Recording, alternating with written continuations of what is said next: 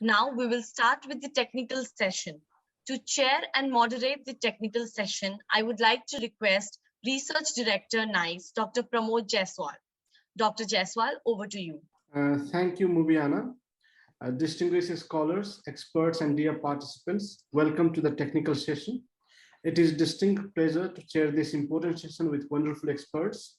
We have 4 distinguished experts and scholars at this session who will be speaking on infrastructure development between India and Nepal, India-Nepal cultural ties, India-Nepal energy cooperation, and economic integration between Nepal and India. Each presenters will have 20 minutes to make their presentation. Please complete your presentation within time so that we'll have some time for the discussion, which we really look for. We'd also like to request all our participants to type their question in Zoom chat, but the CLAWS participant can go to the podium and ask the question while others have to have to drop it on the Zoom chat or on the Facebook Live. Let me start with the first presenter, Lieutenant General Dr. Shokin Chauhan, PVSM, AVSM, YSM, VSM, SM. Lieutenant General Shokin Chauhan is an alumnus of the National Defense Academy, Defense Service Staff College, the Army War College, and the prestigious National Defense College. The highly distinguished general is an outstanding scholar general with a proven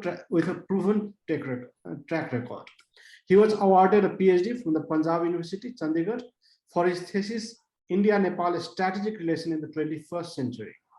He regularly contributes articles and columns at various scholarly magazines and is an acclaimed important voice on India's strategic neighborhood.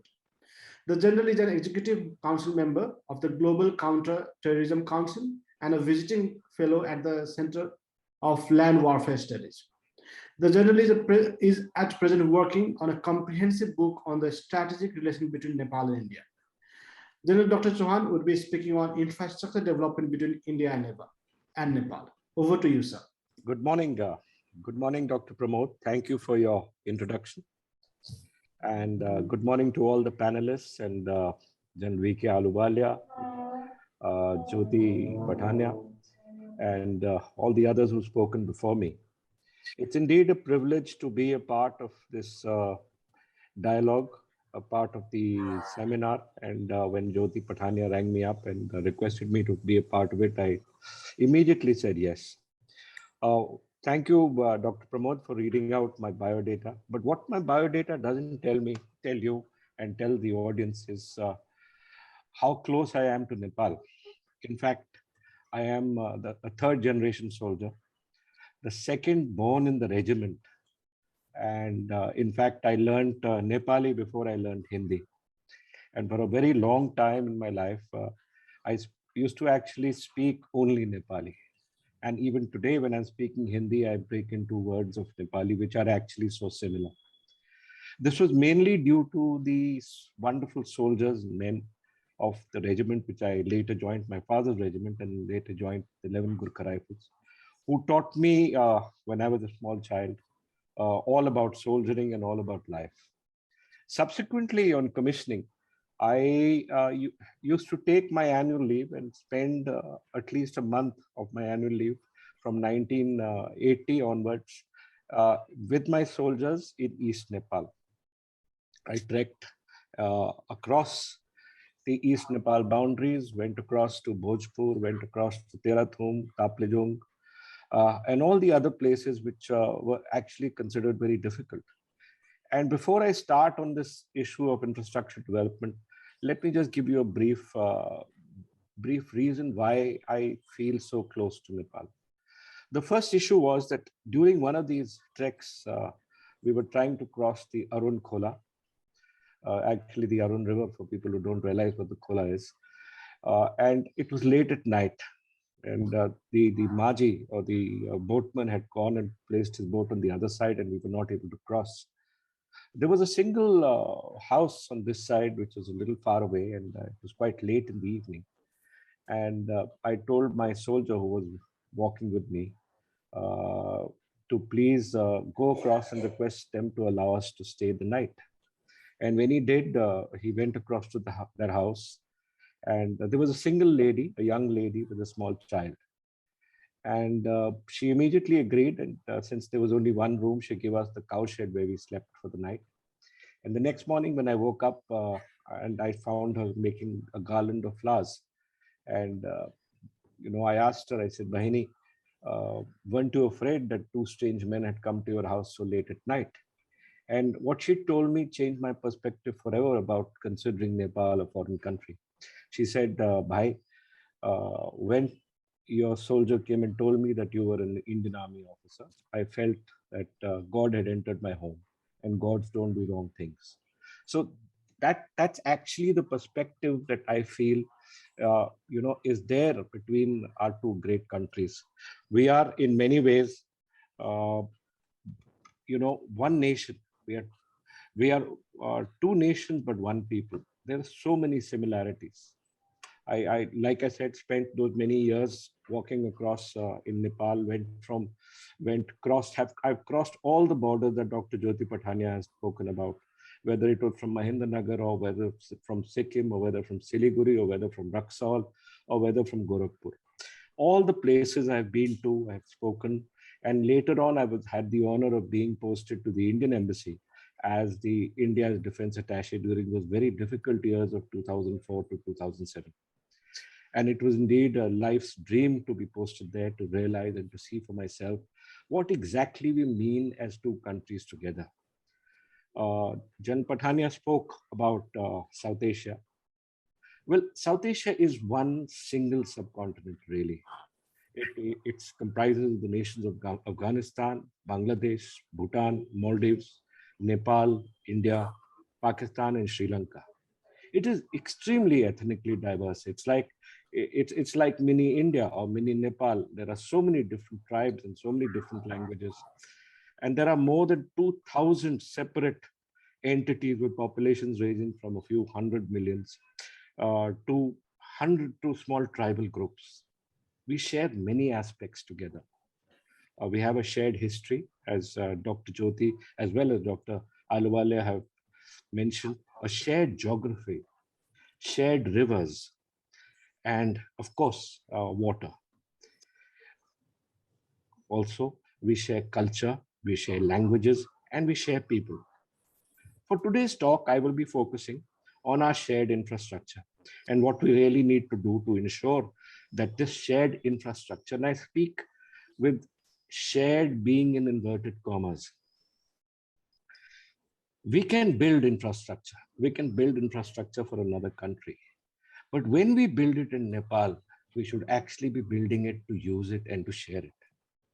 Dr. Jyoti Pathania spoke of the Mahendra Rajmarg, the road that goes from the east to the west. I've actually traveled on that road, sometimes sitting on top of the bus or sitting inside the bus on dirty winter days, on difficult winter days in 1980-81, when that was there. When you crossed from Siliguri into Nepal, there's only this bus which took you to Dharan and further to Pashupati. But when we talk of infrastructure, we talk of sharing this infrastructure. And that's why it's important. Firstly, we share a shared geography, which essentially, as General Ahluwalia mentioned, means sharing the same strategic space. Also sharing the same threats, whether it be the corona crisis, or whether it be terrorism, or whether it be ISI-sponsored terrorism, or whether it be crime, or whatever be the process. Actually, India and Nepal share everything. Let me start by quoting your previous Nepalese Foreign Minister, Pradeep Gawali, who said that Nepal can neither find an alternative to its centuries-old relationship with India, nor can it isolate itself with China and its prosperity. Nepal's only aim must be to extract maximum benefit from both its neighbors. And neither of our neighbors should be suspicious of our relationship with them. So taking off from what Pradeep Gawali himself said, let's talk of your southern neighbor, that's India. What do we share with Nepal? Firstly, strategic space, which means we share the Himalayas that has protected our two nations for centuries. We've shared similar dangers, similar weather, climate change, and strategic threats, which means actually that we must continue to retain the deep defense ties that exist between our two nations. And in this closeness, we've also had to share the dangers of the coronavirus. What happens in India happens in Delhi, also happens in Kathmandu. What happens in Bengal also happens in East Nepal. What happens in Uttarakhand also happens in West Nepal. So there's a similarity which we can't get rid of. We share a huge geography. We share 1,854 kilometers of a border, which is largely open. And if you go to the two border villages, nobody really knows where the border is. We share people, which essentially means familial ties, culture, travel, trade, connectivity, roads, communication, boundaries, and crime. We share river waters, which essentially means that we share the floods that go with it. We share the agriculture. We share the food. We share the employment. We share the trade. We also share hydropower. We share electricity, wealth that can be generated through the shared use of this wealth. Now, let me further continue and speak about the Himalayas. And why it's important, because once we identify the threat of these Himalayas, we will be able to identify actually what we need to do together. The Himalayas were the arena where the British, India, and China competed for influence earlier. I am specifying British India and not India at that moment, because of what we called the Old Great Game. The ring fence system operated by Britain resulted in an independent but friendly and cooperative Nepal. And during those days, Nepal was very much within the ring fence of Britain, with Tibet being the buffer between them and China. That implies strengthening our defensive ties with India. Can we, as two nations, share defensive infrastructure, training infrastructure together? Whenever we talk, we say, what can we do for Nepal? When I was there as the DA, the Chief of Army Staff used to ask me to help build a training school for Nepal in the hills of Etauda. But what if we were to share the training infrastructure of the armed forces that exists in India for our mutual benefit? We have the annual exercises, the Surya Kiran exercises that started during my time. We started off with just a section, a platoon, and then we've come now to battalions, where we essentially discuss shared processes and how we can help in case of mutual problems, in case of disaster. And this happened during 2015 when that earthquake hit Nepal. There are 300 or plus officers and soldiers of the Nepal army that train in India on various courses. These can and must be created and strengthened considerably.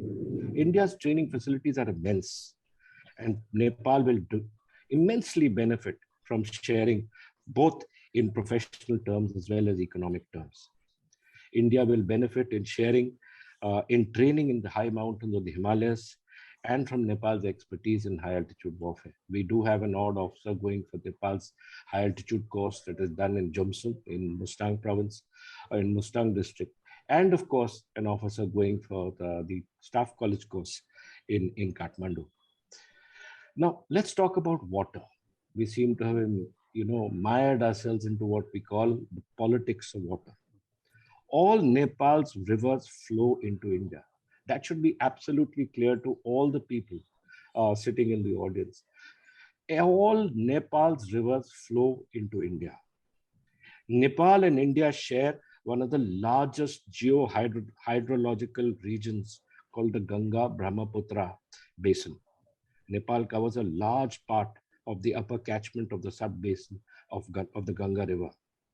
Major rivers of this basin are the Mahakali, the Karnali, the Sapti Gandaki, the Sapti Kosi, which originate from the Trans-Himalayan region, cross Nepal, and flow southward to the Ganga. And so are international and trans-boundary in nature. Though Nepal occupies 13% of the total drainage of the Ganga basin, its contribution to the flow of the Ganga River is about 45%. In dry seasons, and dry seasons is a major problem in India. Nepal's contribution is almost 70%. These hydrological ties bind us. They are actually the true binding between our two nations. 70% of this water helps us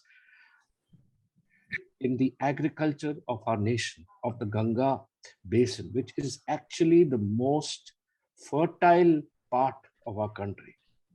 It is also the most important part of our country. And in a relationship of geographical interdependence and economic complementaries on water resource development, though potential for joint endeavors is considerable, and we have done a lot between ourselves, these efforts have been heavily influenced, unfortunately, by geopolitics, marked by emphasis on historical wrongs. General Ahluwalia spoke of the Indo-Nepal boundary dispute. These are small disputes. We should get over them so that we can go forward to actually sharing the infrastructure that bind us, that are important to us. The Kosi is known as the river of sorrow. Why sorrow?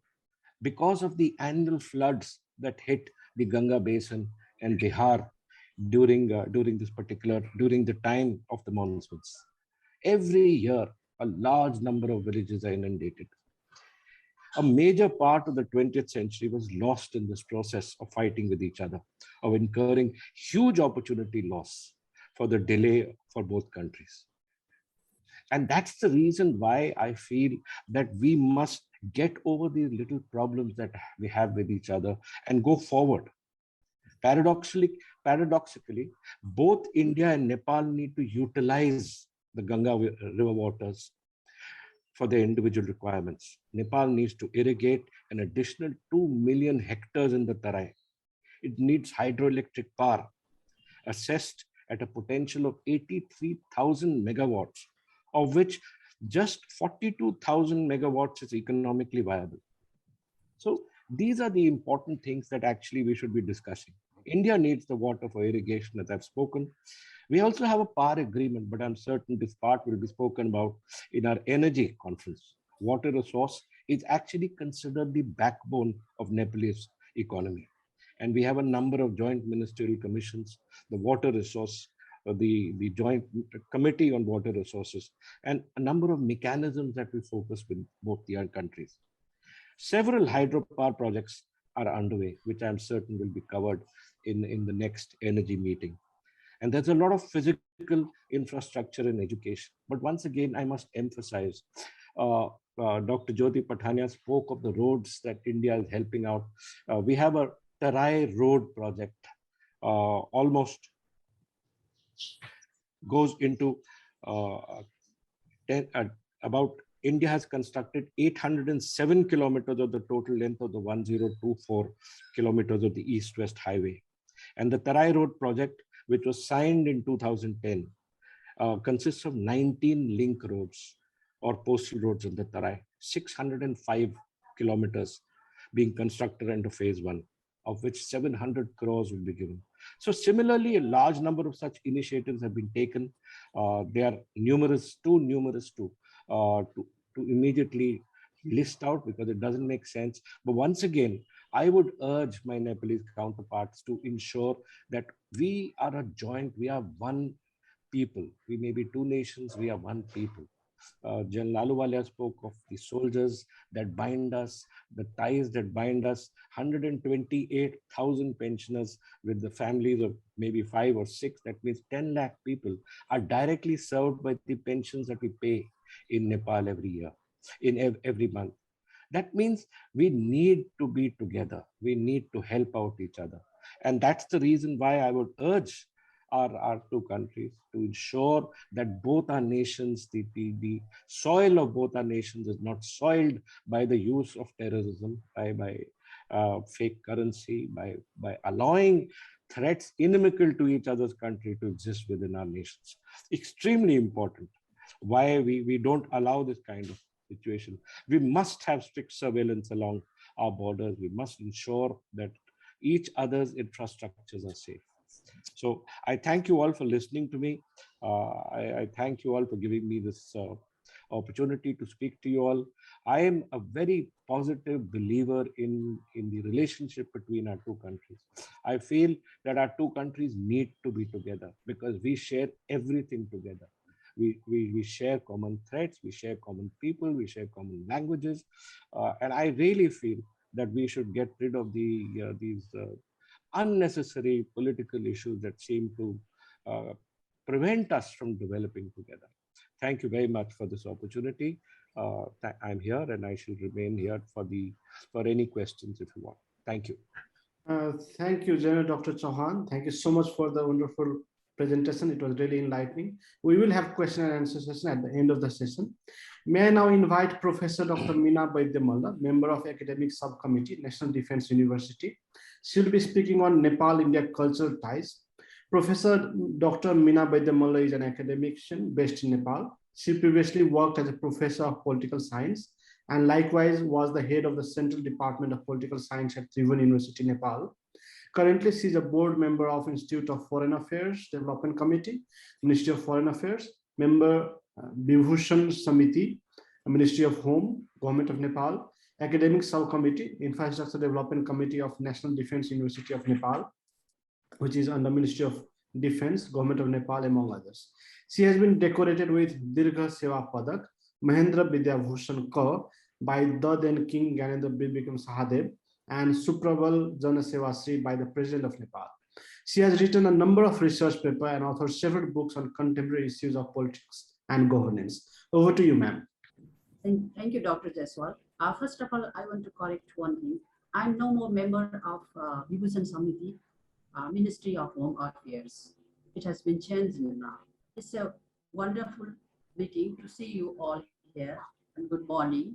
Distinguished speakers, prominent participants. First of all, may I thank the joint organizers, Nepal Institute of International Cooperation and Engagement and the Center for Land Warfare Studies, CLAWS-NIICE, for inviting and making me the part of your annual dialogue on bonds that bind, that is physical, cultural, economic connectivity between Nepal and India. Indeed, it's my privilege to have been asked to speak on Nepal-India cultural ties. The topic is quite relevant, is timely in the direction of enhancing and strengthening the bilateral cultural relations, which forms, of course, the very foundation and the essence of all the multifaceted relations of Nepal and India. So I think many aspects have already come up with regard to Nepal-India relations in terms of connectivity, physical, in terms of economy. So now, particularly, I will be focusing on Nepal-India cultural tie. Historic and cultural relation is always ancient, and the bilateral relations of the close neighbors, Nepal and India, is always remarked, ancient, historic, special, and unique since time immemorial. And we share spiritual philosophy guided by religious epics, the Vedas, Purans, that they all stand for better life and a better world. Like Vasudhaiva Kutumbakam and the Vishwa Shanti, we believe on that. So based on the legacy of those values, norms, they share close socio-cultural, historical traditions, political and economic ties. More still, we do have geographic proximity with open border with the two South Asian countries closer. The relation runs on state to state and the people to people and the party to party level. Despite the differences in size, population, economy, capability, and the development status, spiritual and the civilizational and the cultural ties bring them together and make them stand together collectively for a strong multidimensional relationship. The cultural bonds, they are taken as part of common heritage. This is an identity shaped by common understanding in course of relationship. Strong cultural bonds facilitate connecting, yes, influential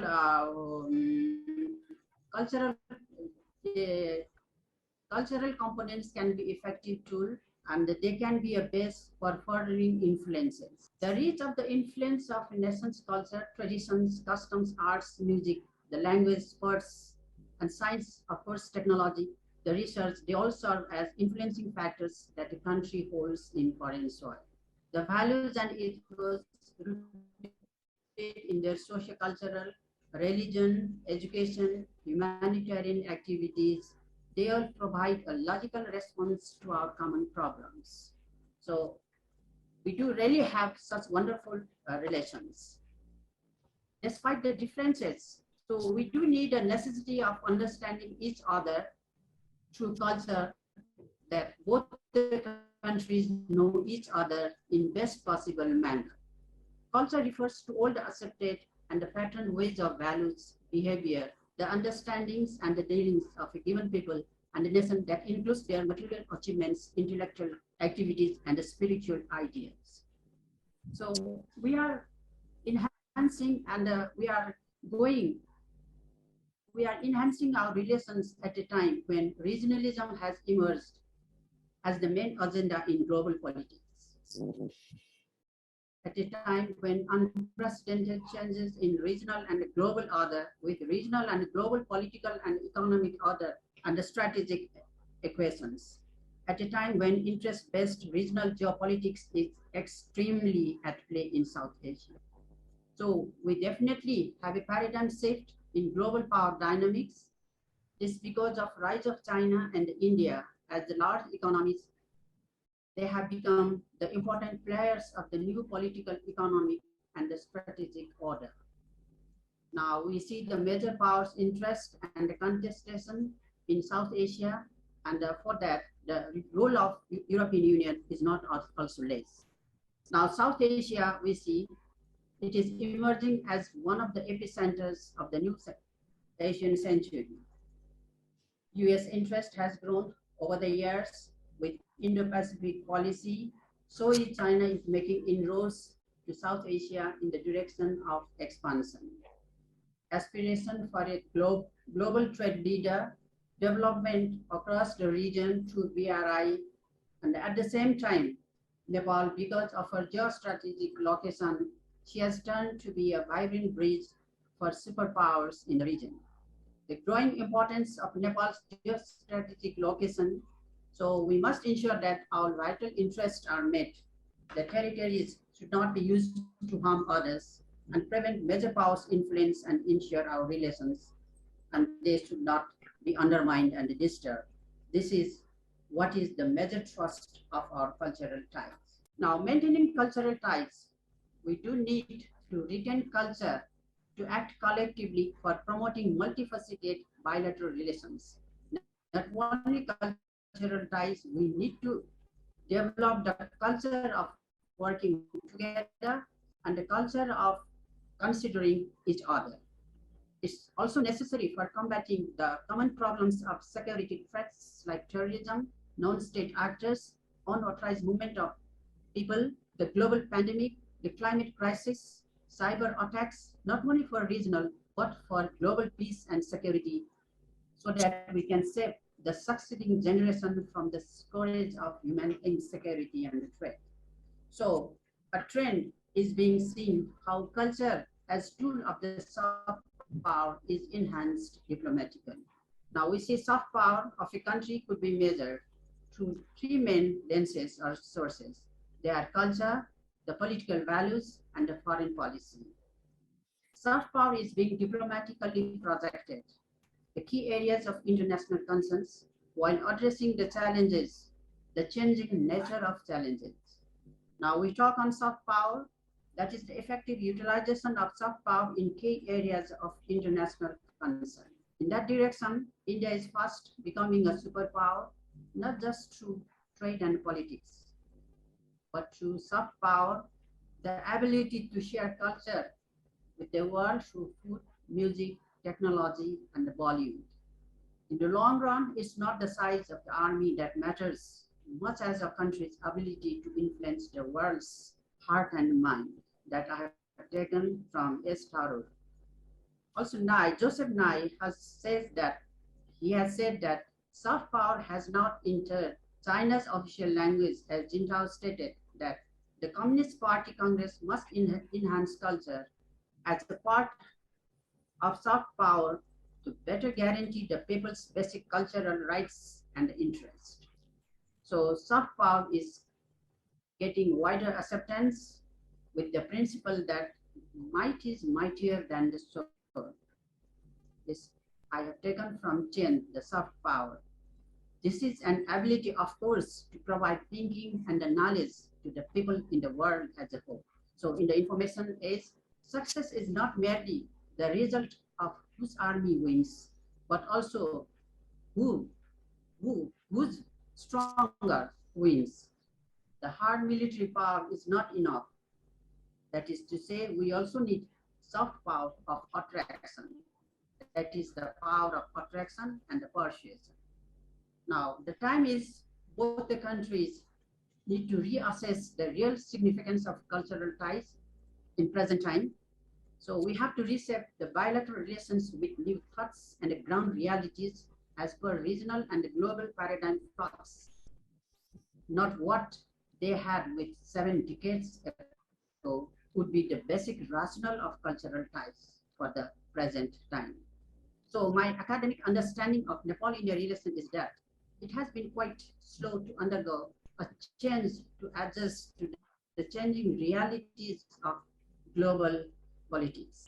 The bilateral relation is still continued to be driven by conservative mindset with hardly any substantive reformulation of vision, objectives, and strategy in the changing scenario.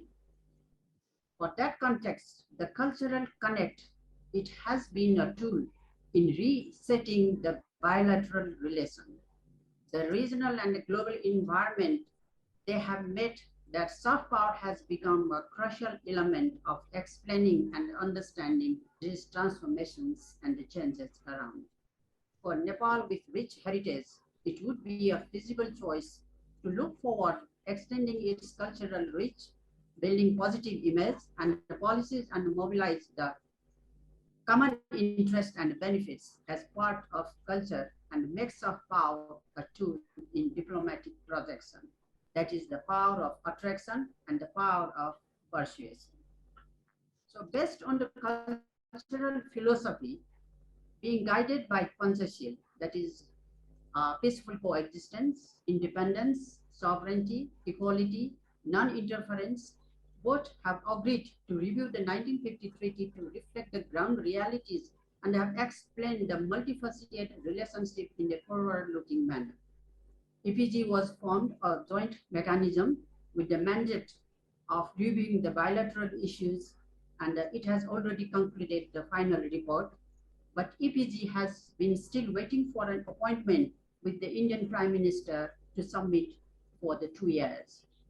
So it means diplomatic insincerity to snub the report that the think tank from both sides have already drafted. It is something, a diplomatic insincerity, because we know the theory of diplomacy, it asserts that delay, avoidance, and inaction in dealing make the issues more complicated. So the differences in style and approaches of both countries have left many issues, especially the border, unattended, ignored, although not forgotten. This makes Nepal-India relations go through a culture of sheer neglect for the agenda which the countries need to address seriously on top priority. It is observed that although special relation between Nepal and India is well pronounced and much talked about, the reality sometimes speaks otherwise. These evidences explain how cultural ties are going with the culture of neglect rather than culture of concern and consideration sometimes. So foreign policy always dynamic.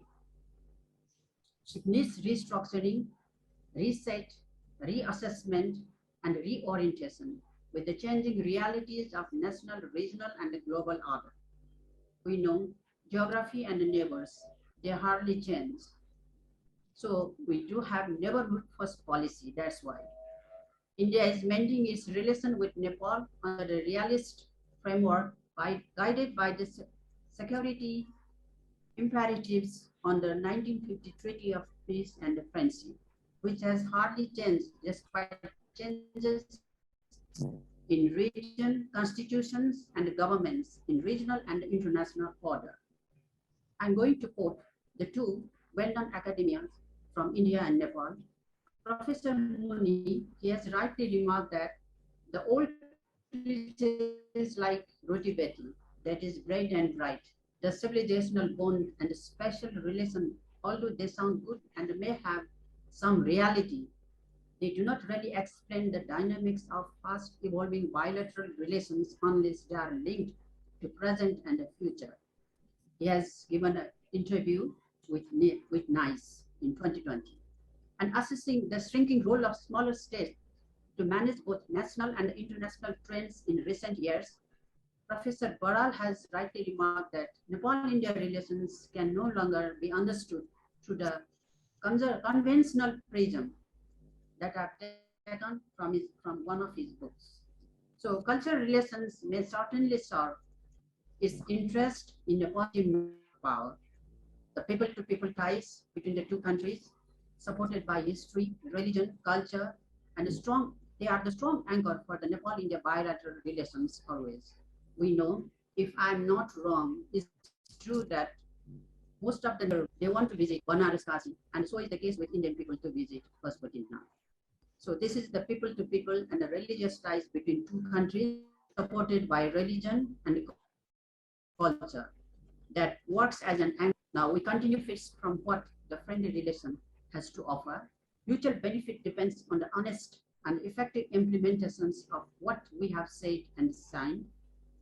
That is the essence of cultural ties that we should go ahead with. This is how we can take the cultural relations as the golden thread for comprehensive bilateral relations to a new height.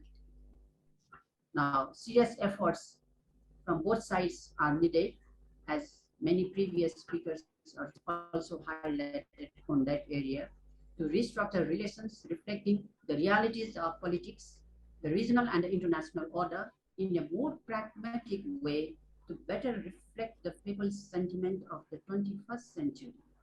So Nepal-India cultural ties can be reassessed lively, resilient, and human approach that does bring the win-win situation for two neighbors. Not only for two neighbors, but also bring regional and global peace, for which the regional organizations SAARC, PVIM, and UIMSTEC stand for. Since culture cannot be seen in isolation, we hope to strengthen the cultural ties in a congenial atmosphere. We collectively work and stand together to solve common problems, enhancing shared values, the culture and aspiration. And that is, of course, the need of the hour as well. This is where the rationale of cultural ties between Nepal and India since long reflect. With these few words and sharing, I conclude here and thank you. Thank you very much. Professor Dr. Meena Vaidya Malla, thank you so much for a comprehensive presentation. It was really detailed and you have highlighted on all the major aspects of Nepal-India cultural relations. We have received lots of questions, which we'll share at the end. Let me move to the next presenter. Next, we have Mohak Gambhir, a research assistant at CLAWS. He will be speaking on India-Nepal energy cooperation. Mohak Gambhir is currently working as a research assistant at the Center for Land Warfare Studies, New Delhi. He holds a Master in International and Area Studies from Jamia Millia Islamia and a Bachelor's in Commerce from the University of Delhi. He has previously worked as an analyst at Price Waterhouse Coopers India, PwC. His primary area of research is India's strategic and economic relation with Bangladesh, Bhutan, and Nepal. He has also worked on non-traditional security issue in India. Over to you, Mr. Gambhir. Good morning, everyone. At the outset, I'd like to say that it's a privilege to be speaking here today. And I'd like to thank CLAWS and NICE for giving me this opportunity. My topic today is India-Nepal energy cooperation. And when I say energy cooperation, I'll be mainly focusing on the power sector or the electricity trade that the two countries engage in. India and Nepal have remained steadfast development partners for decades, we know that. But among the areas of cooperation, power sector remains the most prominent one. Now, electricity demand on both sides of the border is increasing rapidly, which requires time-bound infrastructure planning and execution for ensuring stable economic growth. Now, the power sector in Nepal, especially, has been growing at a very rapid pace. The main factors in a power sector are generation and consumption, and these have been rising rapidly in Nepal. So the number of total consumer that Nepal is servicing, or rather the Nepal Electricity Authority is serving, has increased from 3.26 million in 2016-17 to 4.53 million. That's an increase of roughly 30% in just 5 years. So there's a huge demand for power in Nepal, especially post 2015 Nepal earthquake. There had been consistent load shedding. So, but now things are improving rapidly. The electricity generation is improving rapidly, and of course, the IPPs, which are the independent power producers, are playing a more important role in the country's power sector, even more so than the Nepal Electricity Authority, which is basically government-led. Other than that, the imports from India continue to support Nepal's power sector. And so these are some of the graphs. And as we can see, there is a steady increase in the IPP generation, in the generation by the NEA, and the imports from India. Barring a dip in 2019-20, where the domestic generation had increased quite significantly in Nepal, there has been a consistent increase in all these three parameters. So now we come to the CBET, which is the essence of the energy cooperation between India and Nepal. CBET stands for cross-border energy trade. And the current overview of the CBET between the two countries is that there are more than 20 transmission interconnections between India and Nepal. And these are mainly used for power exchange at local levels. Now, other than that, recently there has been quite a stress on dealing in bulk power trades between India and India and Nepal. The first high capacity 400 kilovolt Muzaffarnagar to Dalkebar, Nepal cross-border power transmission line, it was completed in 2016 with the Government of India's line of credit that was extended to Nepal.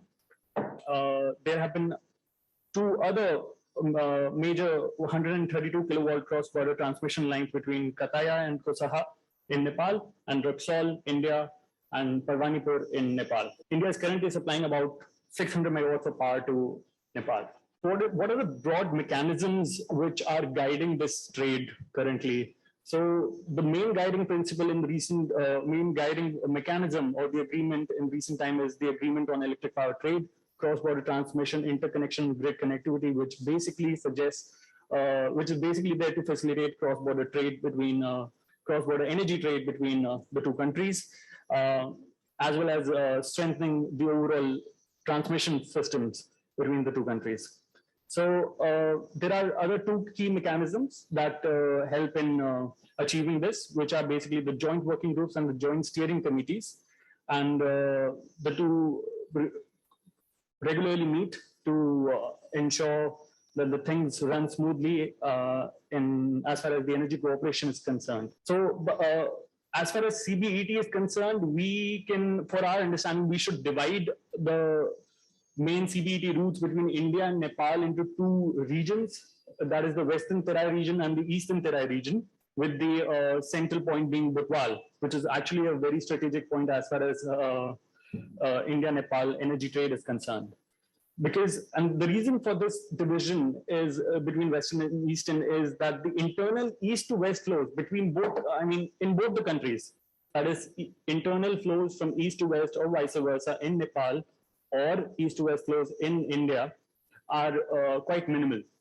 So this suggests that east-north, each north-south CBET path could have its own economic dynamics, which might not correspond with the other. Traditionally, majority of the bilateral CBET happens through the Eastern Terai region, This is primarily because of two key factors. That is, the majority of the generation capacity for Nepal exists in the Eastern Terai region, and the Eastern Terai region remains the more densely populated area in Nepal, and there is heavy power consumption there. Now, in recent times, we are expecting some possible shift in the current existing pattern, which I just mentioned. So the two main factors that could drive this shift in the existing pattern are basically price factors and demand factors. So what are the price factors? Basically, the NEA, which is the Nepal Electricity Authority again, pays domestic power producers for energy that is delivered during the dry season and the lean season differently. That is, during the lean season, they're paid more. And so the run-of-the-river generators basically received $81.75 per megawatt hour for energy delivered during the dry season, and just 46.72 for energy delivered during the rest of the season in 2017. Now, what this does is that the domestic payment rates basically influence the CBET between India and Nepal as well, right? For instance, if the market prices in Bihar during the dry season are less than $46.72, the IPPs will have no reason to export that power to India if they can manage to sell it to NEA. So day-ahead prices in Bihar, of course, average at around $36 per megawatt for the year ended 2017, which is about 36% lower than the lower than the PPA price, which governs the bilateral trade between the two countries. So by comparison, the Uttar Pradesh story is a different thing. The prices in Uttar Pradesh hovered around $40 per megawatt hours.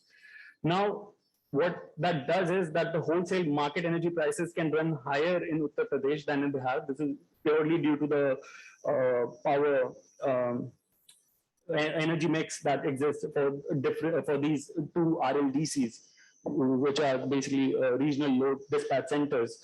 So this is economically consistent with the fact that the northern RLDC was a net importer of energy from Nepal, and the eastern RLDC was a net exporter during this time, because in Bihar and West Bengal and these eastern RLDC in India, they have generally cheaper power, so they export it to Nepal.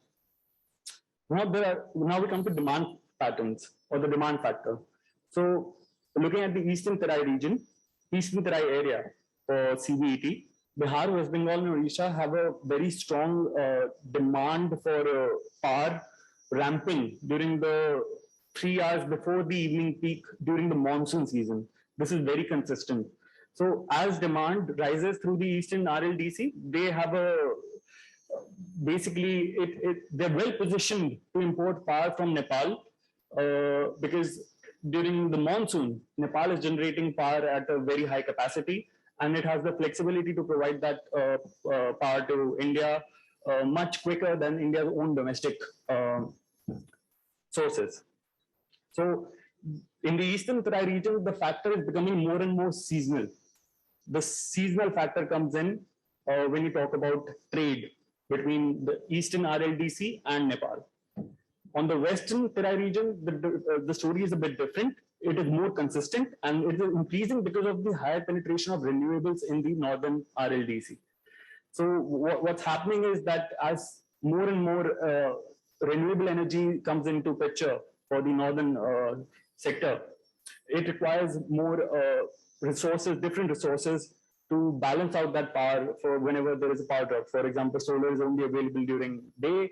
So during night, they need that operational flexibility. And for that, Nepal is a very important player in the future of Northern RLDC's energy security. Now, what are the ways that we can, improve, with which we can improve our CBET? So the Western Terai region offers significant potential, like I've just mentioned, for mutually beneficial power exchanges. However, it's actually, quite dependent on the internal infrastructure development within Nepal. Now, since the Western region, Western Terai region in Nepal does not have a lot of generation capacity, the power has to flow from east to west, from Eastern Terai region to Western Terai region, and that needs to be basically expanded upon. There have been recent expansion of Butwal flow gate in 2016, but Nepal needs to go much beyond that for ensuring stable and seamless future energy flows. Grid integration is, of course, a very vital factor. The other being market liberalization between India, Nepal, and Bangladesh. Now, this is where we come in about, we are expanding beyond the bilateral realm and entering the regional dynamics. So this trilateral cooperation could increase flows of energy in a more economically efficient manner. Numerous studies have demonstrated that greater integration over a larger geography tend to generate better economic returns. For instance, the introduction of regional multi-jurisdiction market for energy trade had saved utilities millions of dollars in Western US, where the California Independent System Operator was created to basically manage power in the Western sector. And the grid integration was basically ensured. And so the thing that is very important to note here is that during a study for that particular case, it was found that the market included one large system operator, like in this case, it would be India, and which accounted for 60% of the group's total demand of power. And the 5 smaller control areas existed, which amounted for the rest of the demand. Now, of the $71 million that was saved in just one quarter of 2018, more than 61% was accrued to the smaller countries and smaller counties, sorry. So there is tremendous opportunity that exists, not for India alone, but rather for smaller countries as well in the region. Now, what have been the high points in recent times as far as the cross-border energy trade is concerned? I would like to mention the most recent development, which is the 2 countries have signed an agreement to establish a 400 kilovolt Butwal to Gorakhpur transmission line with a capacity of 3,500 megawatt. Now, this is again in the Western Terai region. So the 2 governments also recognize this potential that exists in the Western Terai region and the shift that is taking place. So construction of this transmission line is very important for Nepal, as it means to export the power that will be generated from the projects that will be completed in the very near future. And I think it would be great disservice to the India-Nepal cooperation if I didn't mention one of the key highlights of this agreement. So the transmission line on the Indian side will be constructed by a joint venture, while on the Nepal side, it will be Nepal that will be taking care of its construction on its own. Now, this is a very positive outcome of the Indo-Nepal development cooperation, which is very democratic in nature, and which has enabled the transfer of technical skills and know-how from India to Nepal over the last few decades. This is quite unlike some other instances of so-called cooperation, where the actual technical knowledge is not shared with the host country or the partner country. The other factor is the energy exchange trade. Now, in February 2021, India introduced the procedure for approval and facilitation of cross-border trade of electricity. This is a major step, of course, towards a potential sub-regional power grid. I mean, we'll come to that later because that's still far away. As more and more players enter this, it will get more and more complicated, but we are on the right path. So, and the actual trade began in April 2021 between India and Nepal through the Indian Energy Exchange. So this is a step towards integration of the power markets in South Asia. This will not only allow the MEA, but also the IPPs to directly trade with the Indian grids on the Indian energy market. Now, what is the key challenge? This, by the way, is a map of key transmission lines between India and Nepal. So as you can see, moving from west to east, we see the Butwal-Gorakhpur line that has been recently agreed upon. We see the recently completed Raksol to Parvanipur transmission line, as well as the Muzaffarpur to Dhalkebar transmission line, and the Katia to Kusaha transmission line that was again completed in 2017. So key challenge, in my opinion, while I agree that hydropower is like very important for Nepal, and but how we utilize this hydro potential is also very important. Now, there are some legacy issues that have existed when it comes to joint projects, mainly related to hydro between India and Nepal.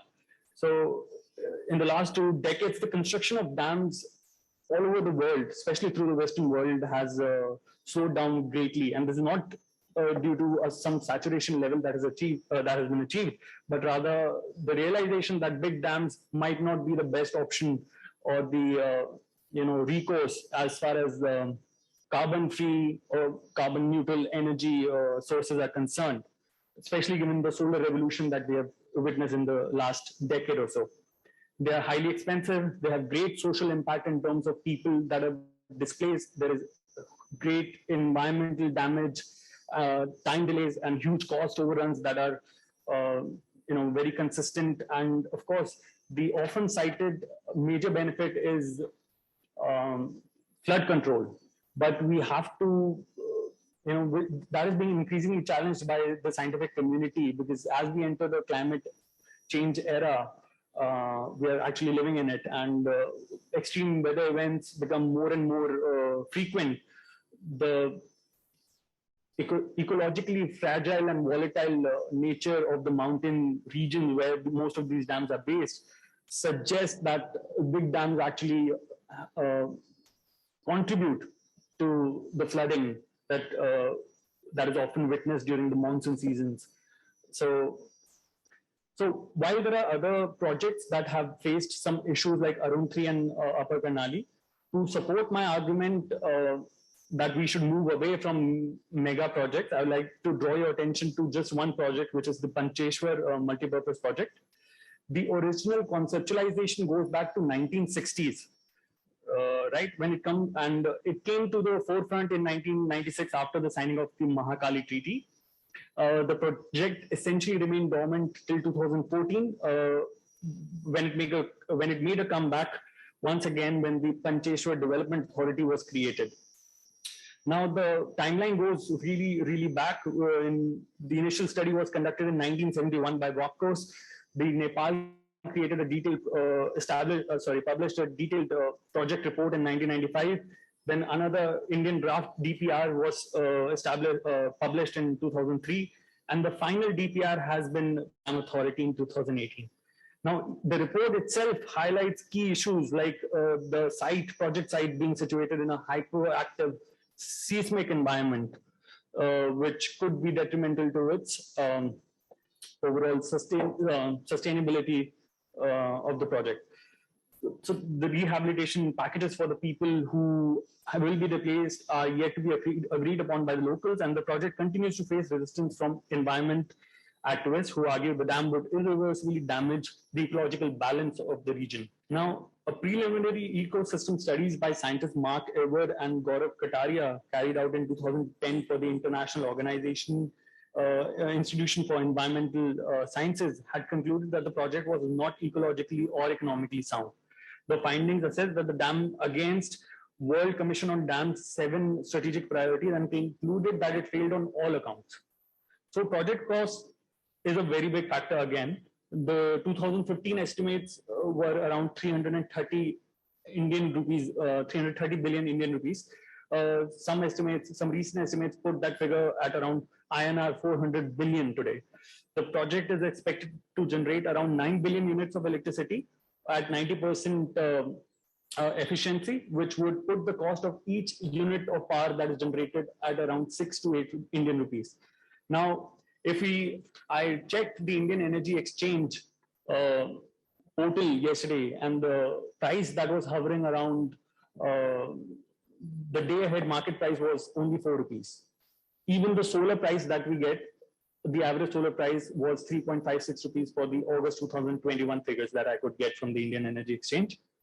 So these are quite high prices when you compare it to the market prices that exist in India. And India is supposed to be the main buyer of this power. So even if an agreement is signed between the center and the Nepalese authorities, there won't be any bias within India because electricity, as we know, is a state concern. So there is, in my opinion, a need to shift focus towards other renewable sources of energy, while hydropower should be mainly harnessed via runoff river projects or the solar power combined with solar power with support from pumped storage hydropower, which can deliver 100% of renewable energy for as far as Nepal's needs are concerned. In Nepal, in fact, a study was conducted, and solar power was found to be capable of delivering 50,000 terawatt hours per year of power, which is 100 times larger than the hydropower potential alone that exists in Nepal, and 7,000 times larger than its current energy consumption.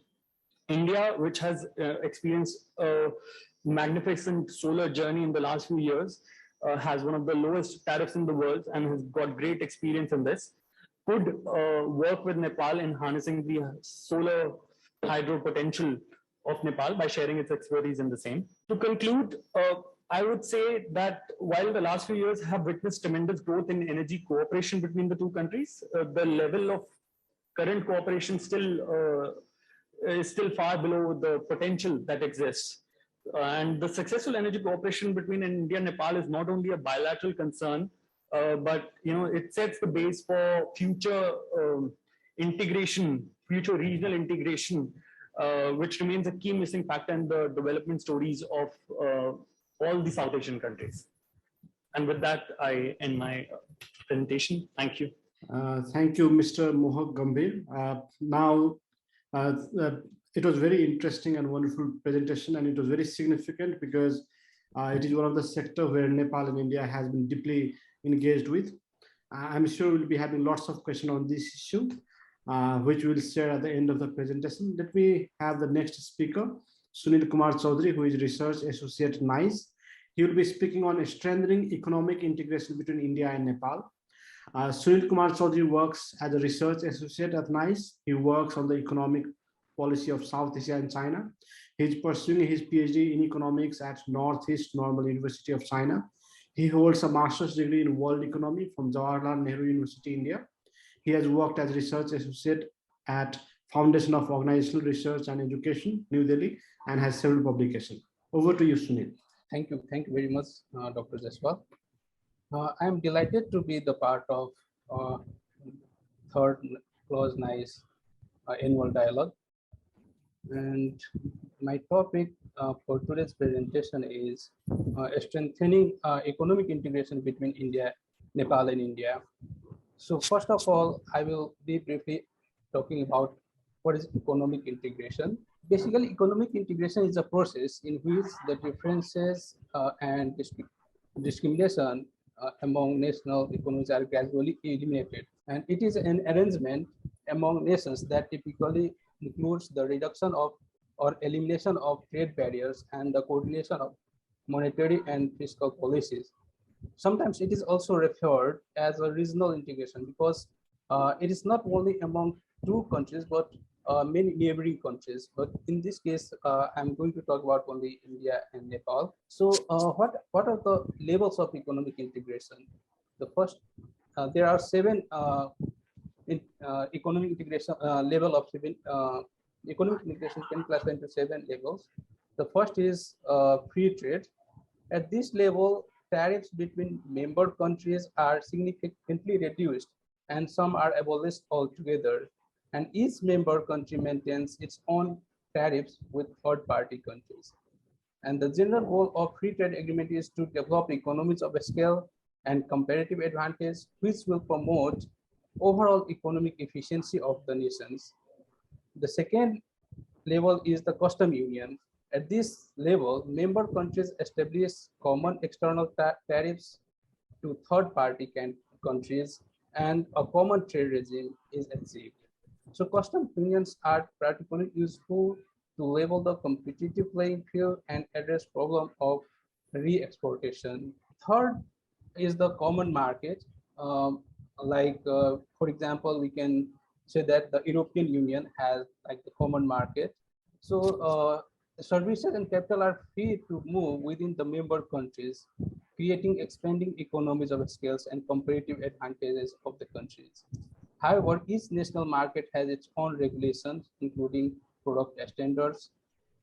And the fourth is single market. All tariffs are removed for trade between member countries, creating a uniform market. So there is also free movement of labor, and monetary and fiscal policy among member countries are thus harmonized, creating a higher level of political integration. The next is economic union, which essentially entails a common market and a custom union. The participant countries have both common policies on product regulation, freedom of movement of goods, services, and factor of production such as labor and capital. They also follow a common external trade policy. The sixth level of economic integration is economic and monetary union, wherein a common currency is used.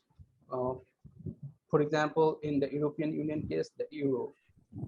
The final level of economic integration is political union. So this represents the most advanced form of integration with a common government, wherein the sovereignties of member countries are significantly reduced.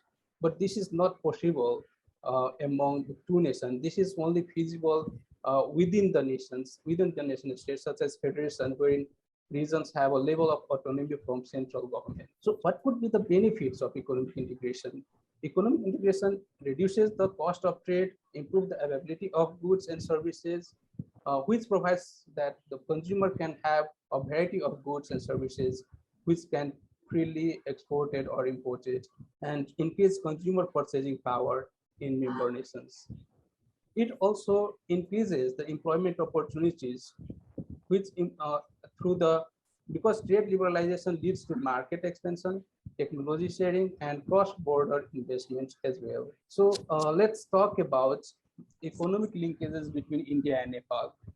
As we all know that Nepal is India's next door neighbor. Nepal is a small landlocked, least developed country of South Asia, and it is gradually developing. Being neighbor as a well-off member of South Asian Association for Regional Cooperation, it is India's responsibility to maintain friendly political relations with Nepal, and more importantly, help accelerate the latter's Nepal's economic development program through various linkages, such as trade, investment, and economic assistance.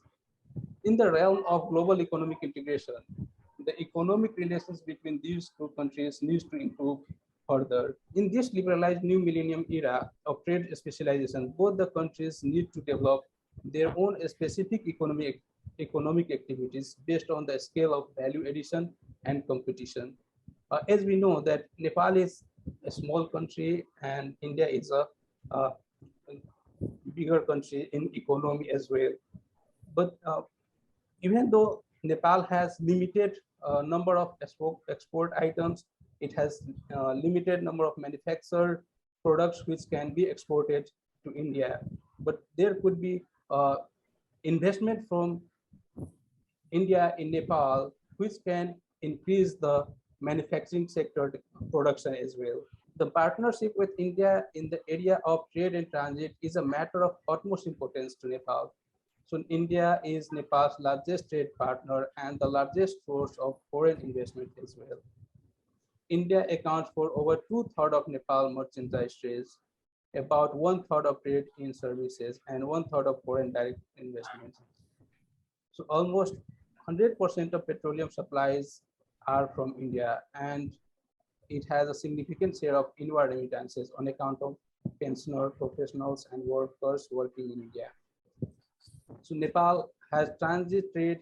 Nepal's transit trade is routed through 22 designated routes between India-Nepal border and the ports of Kolkata, Haldia, and Visakhapatnam. In addition, India has provided facility to Nepal for third country trade as well. If we see the trade data, that India is the largest export partner to Nepal.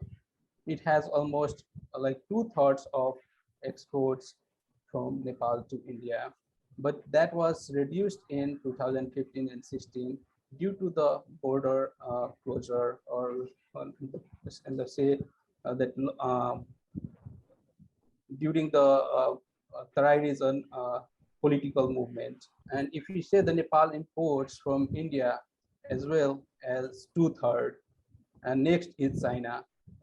From China also gradually the imports from China is increasing, and however from India has remained somehow constant. And trade balance with India is also higher. Basically, in Nepal is facing trade imbalances. It has deficit trade, and from that point of view, India with India there is a large trade deficits. So let's talk about a bilateral framework for trade and transit between Nepal and India. The bilateral framework for trade is anchored on the India-Nepal Treaty of Trade and Agreement of Cooperation to Control Unauthorized Trade that was signed in 2009. The revised trade treaty valid for 7 years, and it is was signed on October 27, 2009, and both the treaties were automatically renewed for further period of 7 years in October 2016. The trade treaty allows Nepal unilateral duty-free access to the Indian market. And India and Nepal also have a treaty of transit, which confers transit rights through each other state treaty through mutual agreed routes and modalities. Its revised version was signed on 6 January 1999 and has since been auto-renewed every 7 years, the last being renewed in 2020. It allows Nepal merchandise to move seamlessly through India's road, railways, and ports networks to third-party countries. The trade treaty revised in 1996 can be considered as a turning point in the trade relations between the two countries. Since 1996, Nepal exports to India have grown exponentially.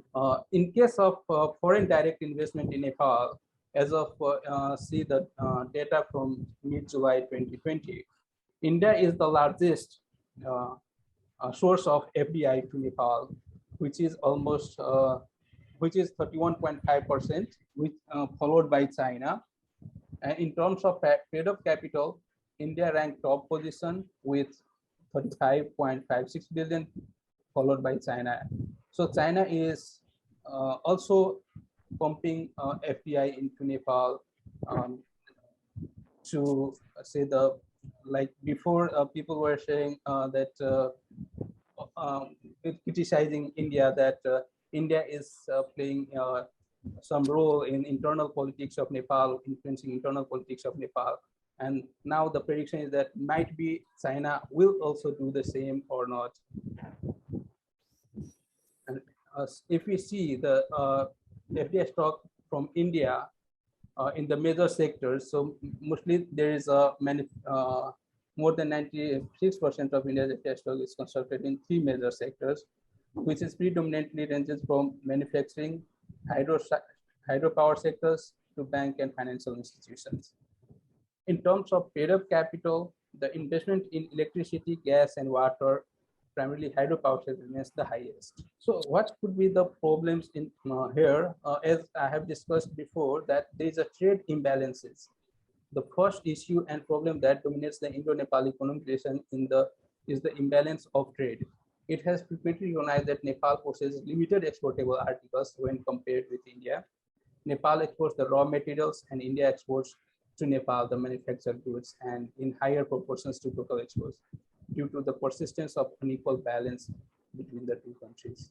Then like this informal trade, so India and Nepal share an open border of more than 1,600 kilometers. Though open border has its advantage, at the same time, it is being misused by criminals, smugglers, and other subversive elements. Import and export trade is operated through 22 transit points as per the Treaty of Transit.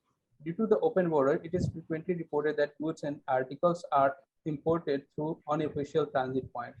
The study and research in this regard indicates that though there are no precise estimates in connection. And there is also limited infrastructure connectivity. Despite the open border, there is a lack of infrastructure connectivity. Like, for example, there could be the expansion of railways routes, which would increase the movement of goods and goods easily. And there are many projects has been signed between government of India and Nepal. So there is mostly there is a delay in the implementation of the project. So what could be the way forwards? So there should be a cooperation in areas of investment, trade, and environment that is required to strengthen and extend the ties between two nations. An intergovernmental committee meeting on trade, transit, and cooperation to control unauthorized trade between India and Nepal at secretary level is necessary on regular intervals. And also, they need to discuss and resolve issues relating to bilateral trade between India and Nepal, transit facilities provided by India to Nepal to facilitate trade with third countries, investment promotions, improvement of infrastructure and land custom stations, and day-to-day problems. It is essential for making substantial progress in the economic integration of the financial market structures. And also proper cooperation is further necessary for developing an effective and informed business environment. For example, some key infrastructures, trade and logistic firms are needed to reap the benefits. The first is to improve infrastructure connectivity, which will deliver a smooth movement of goods and services. As I have already discussed before, that there is need of infrastructure development, development of railways connectivity. As we know that there are 4 treaties has been signed for the railway connectivity in many regions, but there is still to be implemented. It is also important to improve trade and logistics systems and expedite the movement of goods and services. Reforms to speed custom clearance and border procedures are also important. There is a need to broaden e-payment availability option and to harmonize the national norms and standards while reducing risk of fraud and establishing consumer protection. And attracting more FDI, venture capital and equity, and working with established businesses. There is a need of cooperation is also critical to address cross-border issues and challenges. And there is utmost importance of confidence building measures are needed for greater economic ties between two nations. India being large economy, it should make efforts towards economic integration. Both the countries need to work together to ensure that their interest will be safeguarded. So India has contributed to the economic development program in Nepal through various economic linkages, but the growing trend is sustainable only when the political scenario in Nepal is communal and at the same time the Indo-Nepal political relations are amicable. So this is here I end my presentation. Let us hope for the economic ties to improve further. Thank you. Thank you, everyone. Thank you so much. Thank you so much, Sunil Kumar Chaudhary. It was really comprehensive presentation, and it was one of the most important aspects of Nepal-India relations. In fact, all the 4 presenters were really excellent and very comprehensive. Now we have around 25 to 30 minutes for discussion. We have received lots of questions on Facebook chat and few on Zoom as well. Hence, without wasting any time, let me share it with all the speakers. But before that, I would like to invite the questions from CLAWS. May I now invite the participants from CLAWS to come to the podium and share their question. Please identify yourself and also mention whom the question is directed to. Then we'll share the question that has been shared in the Zoom chat and Facebook Live. Good afternoon, I'm Colonel Subodh Sahi. My name can make out that I am from Gorakhpur, born in Gorakhpur, and we are very deep connected with Nepal. Firstly, my grandparents, they migrated from Pokhran and settled down in Gorakhpur. And my mother is from Raksai, Bihar and Nepal. Having grown up in Gorakhpur, for us, Birgal and Bhalawa was the most lucrative market. And as a child, I used to visit both these places on my bike. And spent holidays in Pokhara and also used to go to BNS for marketing. Last few years, there have been change in the bilateral relations between both India and Nepal. And things are not same what it used to be about 4 or 5 years before. In my view, the reason could be, firstly, the aspirations of the terrorism, that is Madhesis, have not been taken care of. And the framing of the constitution of Nepal, when it was done, that was the time when a lot of representation took place, and despite India's intervention, the interest of the Madhesis have not been incorporated. Number one. The second reason could be the growing influence of China in Nepal to a large extent. And it is very obvious in the younger generation in Nepal who have started looking towards China for their higher education, for social media interaction. WeChat is very common. This brief note, my question is on connectivity. When Prime Minister Modi in 2019, he went to a place called Janakpur, where Sita was born.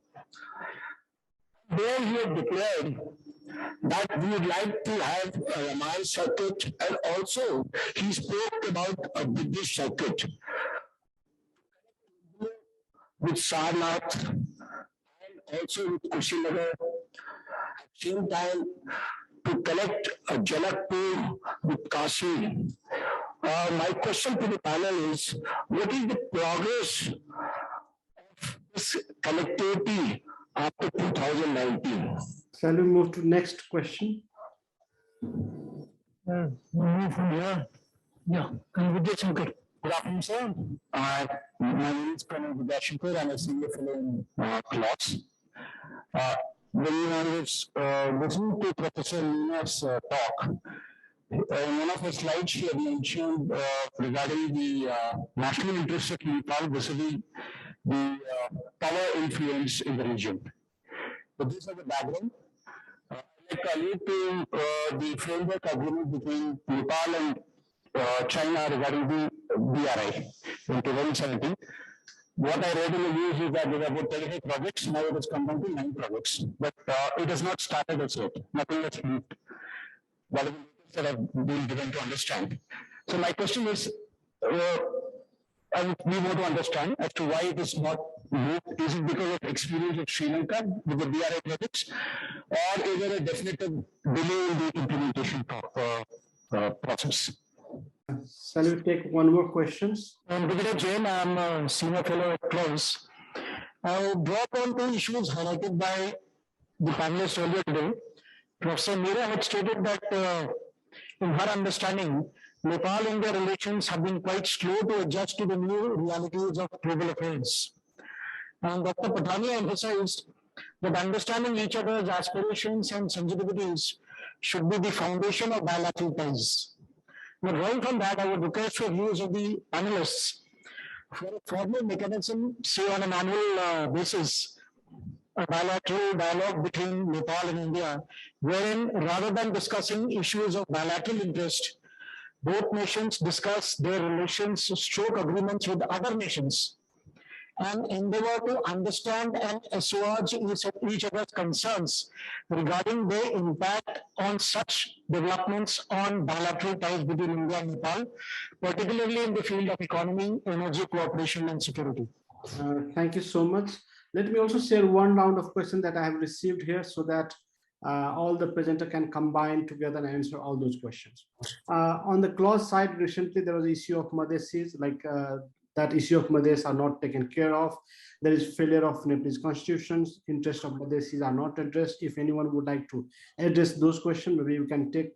Similarly, there was the issue of China in Nepal and Chinese inroads. There was the issue of the progress of China's Belt and Road Initiative in Nepal. I think for the moment, maybe if any of our presenter would like to skip that part, we can forget China for the moment and focus more on Nepal-India relations. But if anyone want to address, we are okay with that. There's another important question that Ramayana and Buddhist circuit was announced by Prime Minister Modi, and there was it was announced that there will be connection between Janakpur and Kashi and several other historical, or you can say religious cities of India. So what is the progress on the connectivity project, which is very important. It's more than 2-3 years, so we really want to see what is the progress.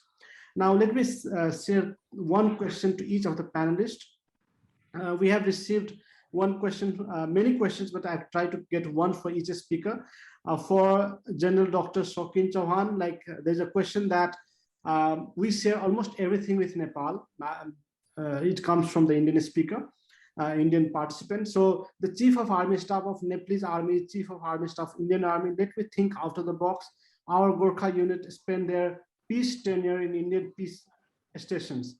The Nepalese soldiers take a long time to reach their homes on leave. Why don't we experiment a few Gorkha unit having their peace tenure in Nepal? Your comment, please. So that is one. Similarly, there's another attached question. How can we avoid bureaucratic delays between the two countries? That is a hurdle in many India-supported development projects. Any suggestions, please? So that is for Dr. Chauhan.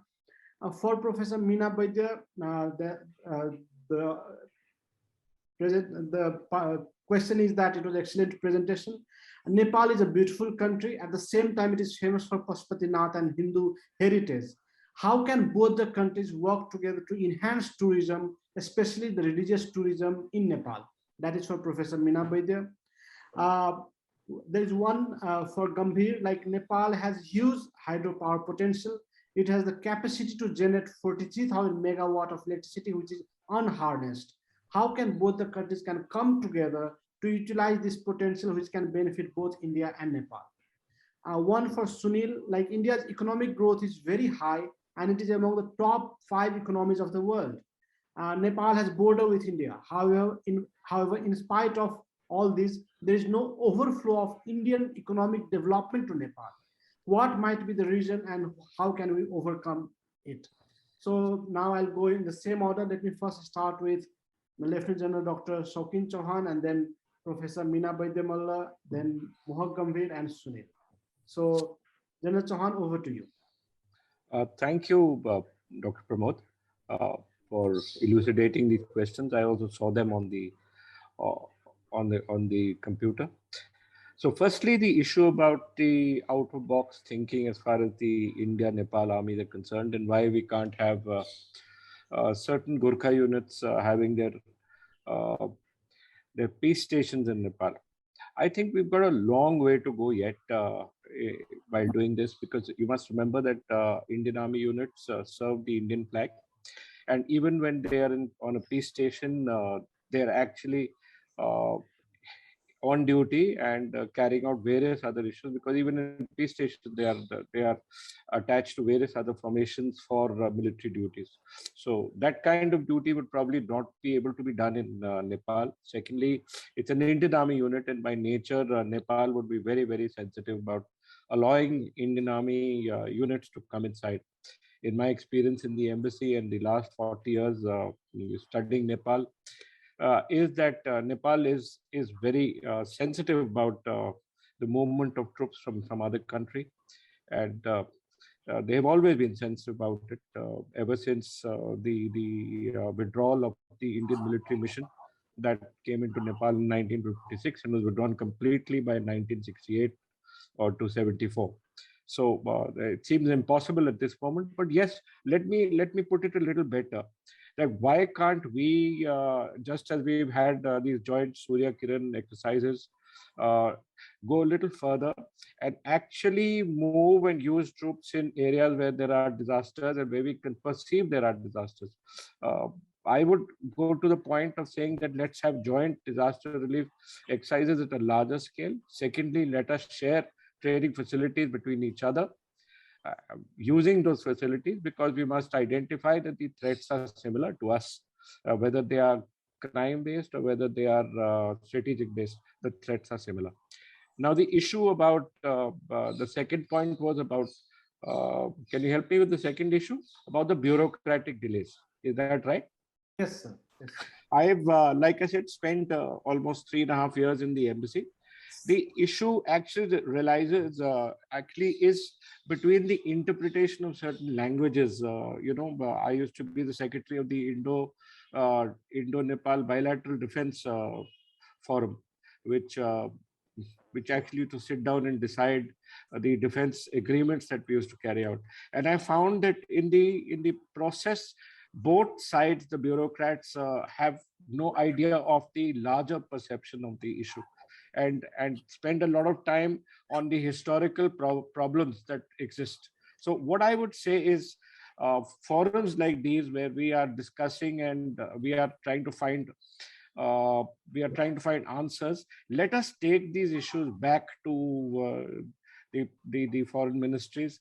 Let us tell them that, look, this people-to-people contact and the people-to-people requirement is such that we must find a solution, and don't let the bureaucrats leave that room until there is a solution.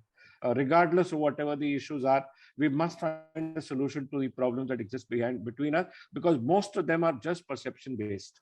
We really need to do these kind of exercises in a larger scale to make sure that the perceptions that have led to larger suspicions are removed from our minds. We, both India and Nepal, are actually looking to enhance each other's ability to survive in this very difficult time.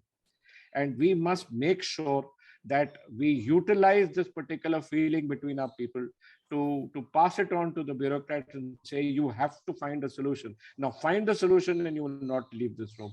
That's what we did in the Indo-bilateral defense talks. We said we are here to find that solution, and we did not leave that room till we found that solution. 12 hours later or 15 hours later, we finally had a signed document saying this is what we are going to do with each other.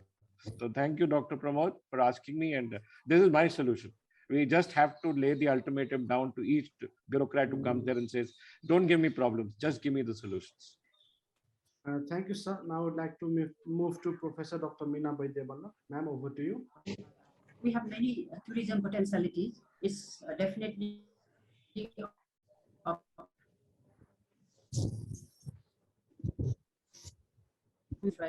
We have many natural beauties of wonderful natural surroundings, and we definitely enhance all those phenomena, and we definitely enhance the tourism industry, and Nepal is always on the way to develop that area. For that, we have to make the people coming to Nepal feel secure and comfortable, that Nepal is a peaceful place. So people won't be having any trouble and sitting in the open border areas between Nepal and India. Nepal-India, that's why should make all the efforts possible in a more managed and a regulated and a scientific way, and whatever comes on the way of developing these cultural and the tourism ties, both the countries should be doing well effort to overcome those difficulties and the problems. So we should be going in a manner that, although we are two nations, as said by the previous speaker, the people are one, and we do have a feeling and the sentiment that if one side has problem, the other side feels the problem, and all those problems should be immediately and continuously be solved by frequent dialogues from the top political leaders or the top political authorities. That is how we can enhance the cultural and the relations, the cultural ties and the bond that ultimately brings the development of tourism ties between Nepal and India. Thank you. Thank you, ma'am. I would like to move to Mr. Mohak Gambhir. Thank you for the question. If I understand it correctly, the question basically pertains to how we can utilize the hydropower potential that exists between in Nepal for mutual benefit of India and Nepal.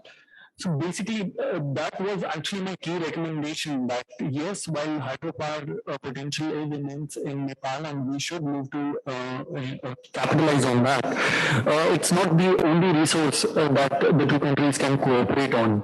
And especially when it comes to big dam projects, they tend to be delayed and experience huge cost overruns everywhere, not just in Nepal, but everywhere. Even if it's a domestic project in India, they face those similar difficulties in India as well. So I think the opportunity cost of not basically being able to execute those projects is rather high. So I think we should focus on more achievable targets and target run-of-river projects that are that can be commissioned in a much shorter time frame, while also focusing on the solar power potential that exists in Nepal, which, like I said, is around 50,000 terawatt hours per year. So that's much larger. That potential is much larger than the current generation or the consumption in Nepal, and I think we need to be a bit more diversified when it comes to ensuring an energy mix, especially for Nepal. The problems that it faces during the lean season, that's because of there is no energy diversification at all, right? So for Nepal's own benefit, in fact, it would be very prudent to move towards other sources of energy, particularly solar. Thank you, Mr. Gambhir. May I now move to Sunil Kumar Chaudhary? Sunil, over to you. Yeah, thank you. As the question says that India is the largest economy and fastest growing economy in the region, and Nepal, being the neighbor country, is still not able to reap the benefit of it. So first of all, I would like to say that the first reason for that lack of development or growth in Nepal is that political instability.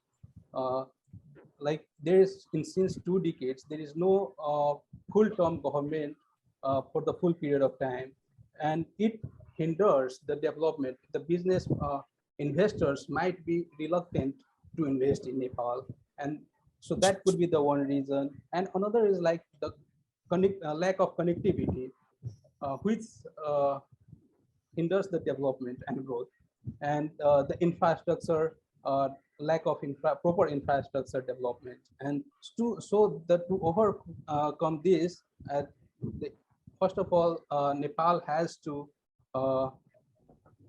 work in the infrastructure improvements and the connectivity in the all regions of Nepal. Still, there is a lack of roads, transportation facilities within Nepal. And another reason is that most of the working population has migrated to other countries, and almost like 25 to 30% of GDP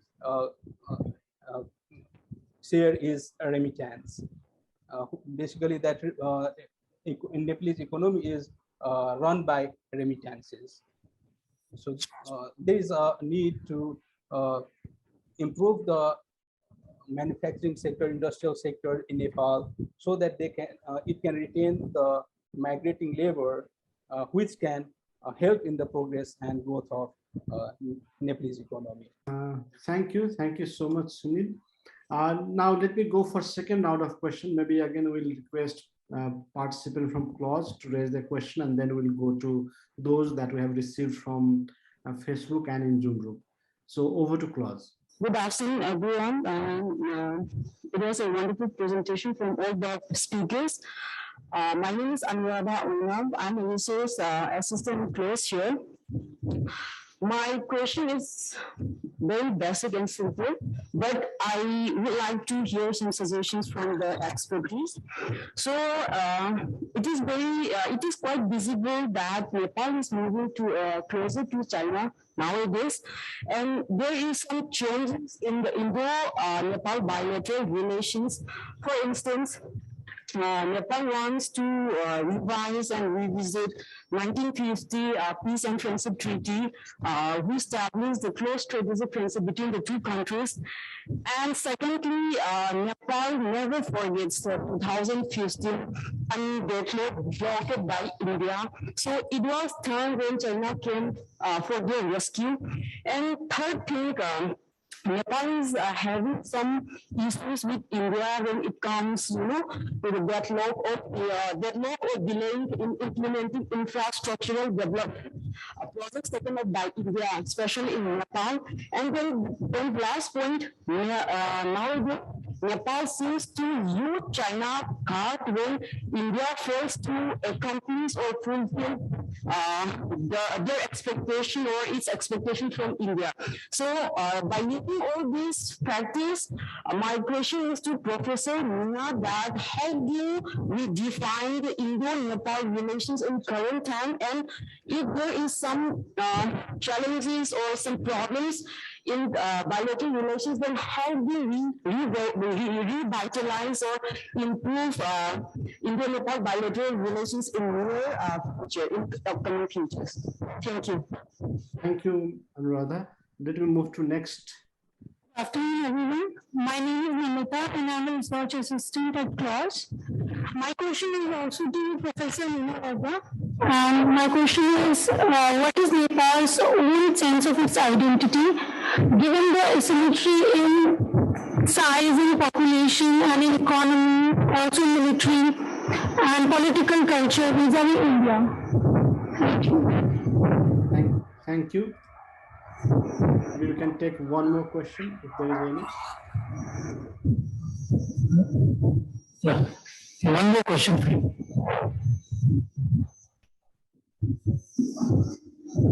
My question is to Professor Sunil. You have highlighted the trade imbalance between India and Nepal. Is there anything concrete being done in Nepal to work on that? Thank you so much.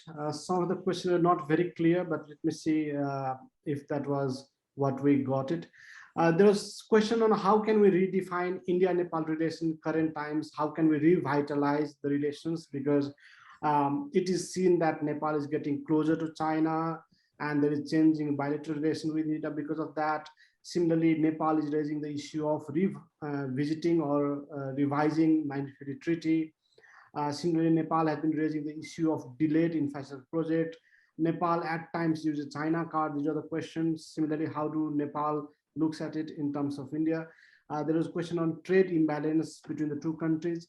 Another question was by DS Murugan Yadav. He is asking that what are the amicable options or solutions which do you see to the Kalapani issue from socio-cultural and economic relation between the two countries.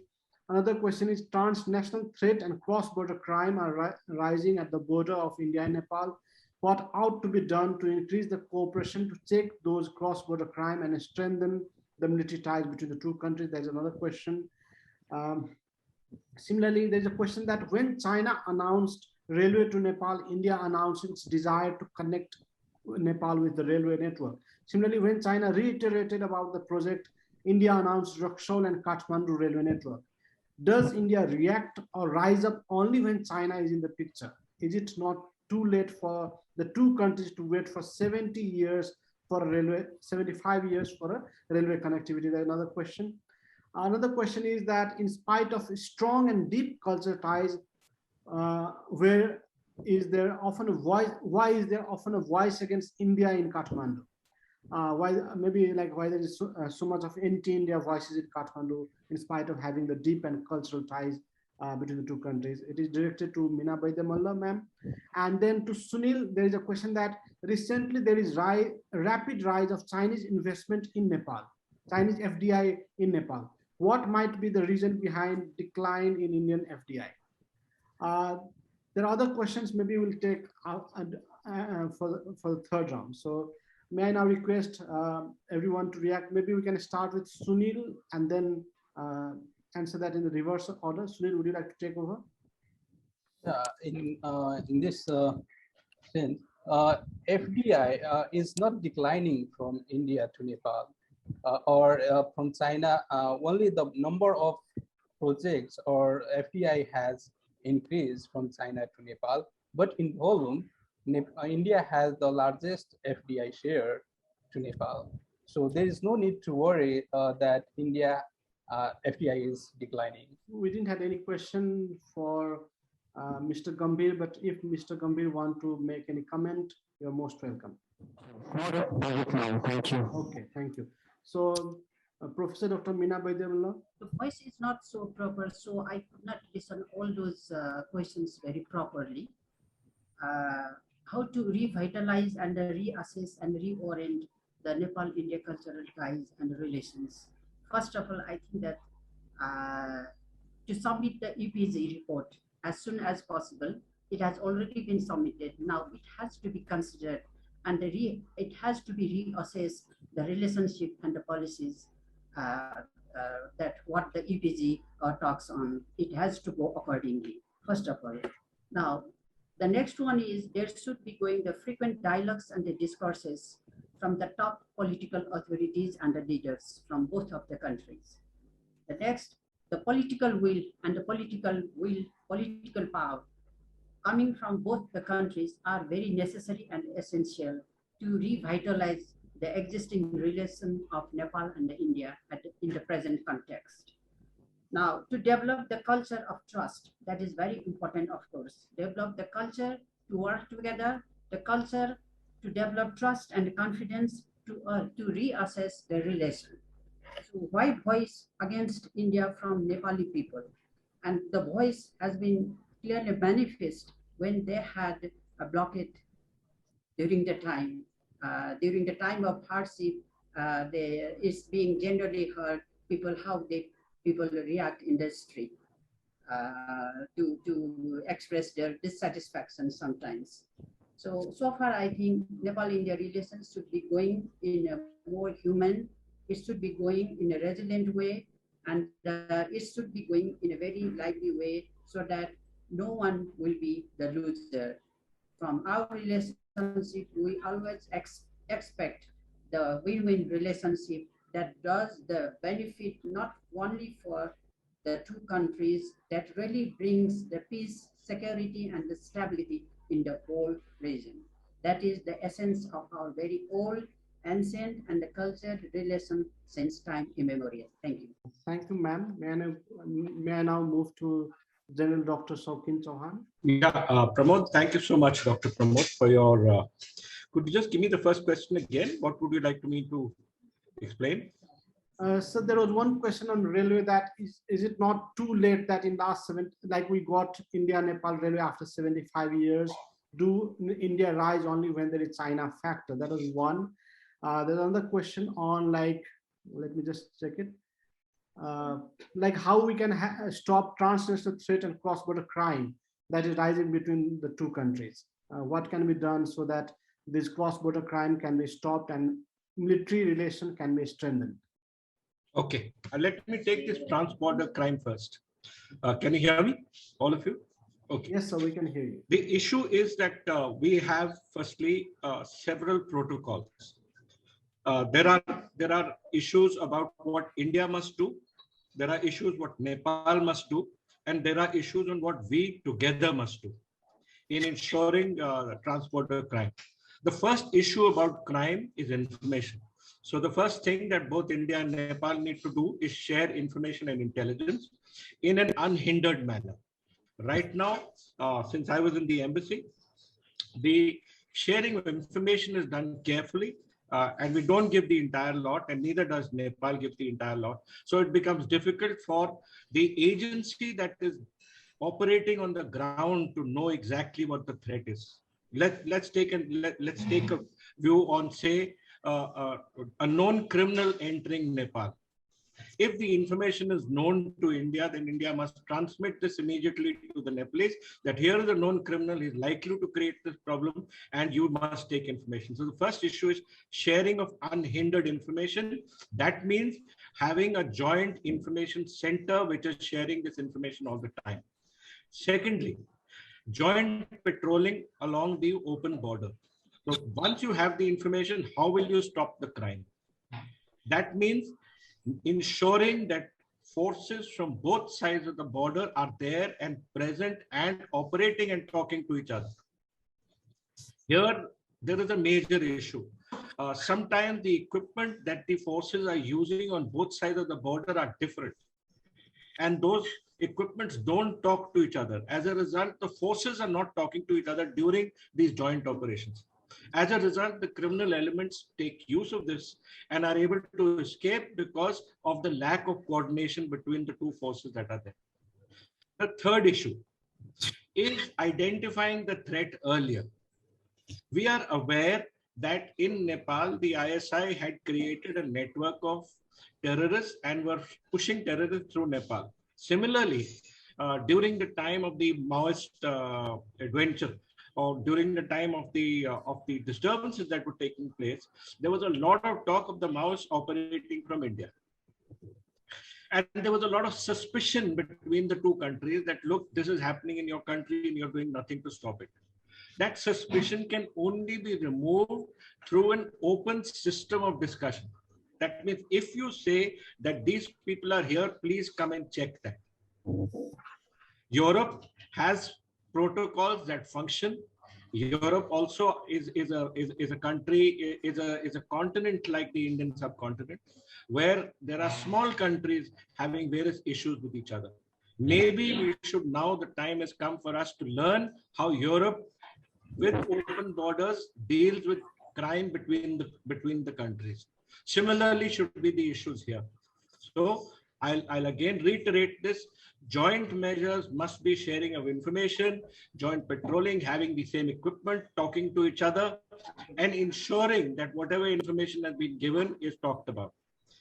The job that each of the countries should do is identify the threat, know that this will affect the other country, and take advantage or take into consideration the sensitivities of each other's problems. For example, India has a sensitivity of Nepal and in the strategic space that Nepal is. It's important for Nepal to be sensitive about India. Similarly, we must be sensitive about the issues that affect Nepal. And once we are totally clear about these issues, we will have no problem. So this is as far as the open border is concerned. The open border is an open border and people cross across. The only thing is that we can issue is ensure that we don't allow the criminal elements to get through. The second point is the issue about, sorry, I missed that, Dr. Pramod. Could you just tell me that? Second one on railways, sir. Like, does India rise up only when China? Railways is a very funny situation. As you are aware, that the railways have not even reached the northeast of India, and in fact are now spreading towards the northeast. The first railway is entering the state of Manipur through Jiribam. So, and secondly, railways have only in the recent past entered our state of Jammu and Kashmir, beyond Jammu to Udhampur and onwards to the Kashmir Valley. So there was a lack of resources with India. India was growing economically, but it took time for these railways to come by. It wasn't as if India reacted when China reacted. It was more of the fact that as and when India became a larger economic power, we were looking to connect ourselves with each other. Connectivity is very important to each other. Connectivity is the most important thing as far as we are concerned with people. And we have to make sure that this connectivity is safe for citizens of both countries to travel. So I will take the line that it was more a lack of economic resources rather than a reaction of India to send or to plan the railways based on what China was doing. Thank you. Thank you, sir. Now we just have few minutes, so maybe we will not take any question from the CLAWS side, but whatever, we have received lots of questions. So maybe just take last 4 questions where each of the panelists can react on. First is that, isn't it time for change on mindset regarding Himalayan frontier? That is one question we have received on Zoom. Second is, how would Nepal and India jointly address the issue of COVID-19 pandemic, as there is a spillover effect mainly due to open border and frequent movement of people between the two countries, which is really important at the moment. Third question is, the obvious perception among the common Nepali citizen is that China will with her economic might and newfound stature in the emerging world order, is in the much better position to invest and be an influential ally to Nepal vis-a-vis India. Why should Nepal not give preference to China? That is by one of the panelists. And last question is for Gambhir. Why there is lack of trust between two countries when it comes to water sharing? How can it be resolved? So let me give a last round. Maybe anyone can react with any question and end it there. Maybe we can start with General Chauhan. So would you like to take over? Like, isn't it time to change our mindset regarding Himalayan frontier, or maybe how both the countries can work on dealing with pandemic? Definitely, Dr. Pramod. The issue with changing mindsets is what I spoke about in the beginning, that shared geography that India and Nepal have. We have to be clear that strategic interests don't change. Regardless of technology, regardless of the flattening of the Himalayas at this stage, regardless of the creation of roads, the thought that Himalayas protected Nepal and India from inimical interests crossing the Himalayas is something that is true over the last many centuries. This strategic change cannot happen. India and Nepal belong to the same security system. Whether you like it or not, whether Nepal likes it or not, any element which is inimical to India's interest operating in Nepal will be a problem for India. And Nepal must be sensitive to this. Similarly, any element operating in India, in the Tarai or in any part of India which is inimical to the safety and security of Nepal will be a problem for India. We have to be sensitive to each other's problems. This strategic dialogue has been spoken again and again and again, and geography does not change. We are all students of strategy. We're all clear that geography decides the strategy and the foreign policy of a country. Everything is focused on geography. It is the book, The Revenge of Geography, that really tells you that no matter what happens, strategic threats don't change. So I will repeat this again. India and Nepal belong to the same security or strategic geography of this part of the world. And we have to be sensitive to each other, regardless of anything. Secondly, shouldn't Nepal take advantage of the fact that China has more money and it can bring in greater prosperity? Of course, I started my talk with what their minister, the previous minister Pradeep Gauli had said, that Nepal will take advantage of both our neighbors. In fact, the perception of Nepal has been that she is a yam between two boulders. China and Nepal are the two boulders, and China and India are the two boulders, and Nepal is a small yam between these two boulders. Her perception of herself is that. Of course, take advantage, but remember, China is not the magic bullet you're looking for. China's interest in Nepal, as far as we know, is protection of Tibet. It is protecting Tibet's southern borders that China is coming into Nepal. Secondly, what should be clear is China is doing nothing with an intention to help Nepal. Everything is based on how it can help China. And if China is doing something, there has to be an ulterior motive. You have an example of what has happened in Sri Lanka. You have an example of what has happened all over the world, especially in the African countries. So I would urge my Nepalese counterparts to be careful, to look at each issue, and to be sensitive about India's sensitivities about her security. The Himalayan wall is important. Nepal's location on our Indo-Gangetic plain is extremely important to us. The protection of the Siliguri corridor, from where Nepal is just 40 kilometers away, is our most important security imperative. So as a military man, I would request you all to be please careful and to look at this in entirety before you decide to act. Thank you. Thank you, sir. May I now invite Professor Dr. Meena Vaidya. So open border systems should be well and scientifically managed and regulated. We know geography, it doesn't change, and so is the neighborhood. They hardly change. What we can do is we can change our mindset, our psychology with the changing dynamics of time, space, and technology, not always being guided by the same mind and mentality that we had 70 years back. So far, I think the cultural connect is the golden thread to bring together all the factors together. That is always we take as a tool or as a part of soft power diplomacy in maintaining and strengthening Nepal-India comprehensive and a multifaceted relationship.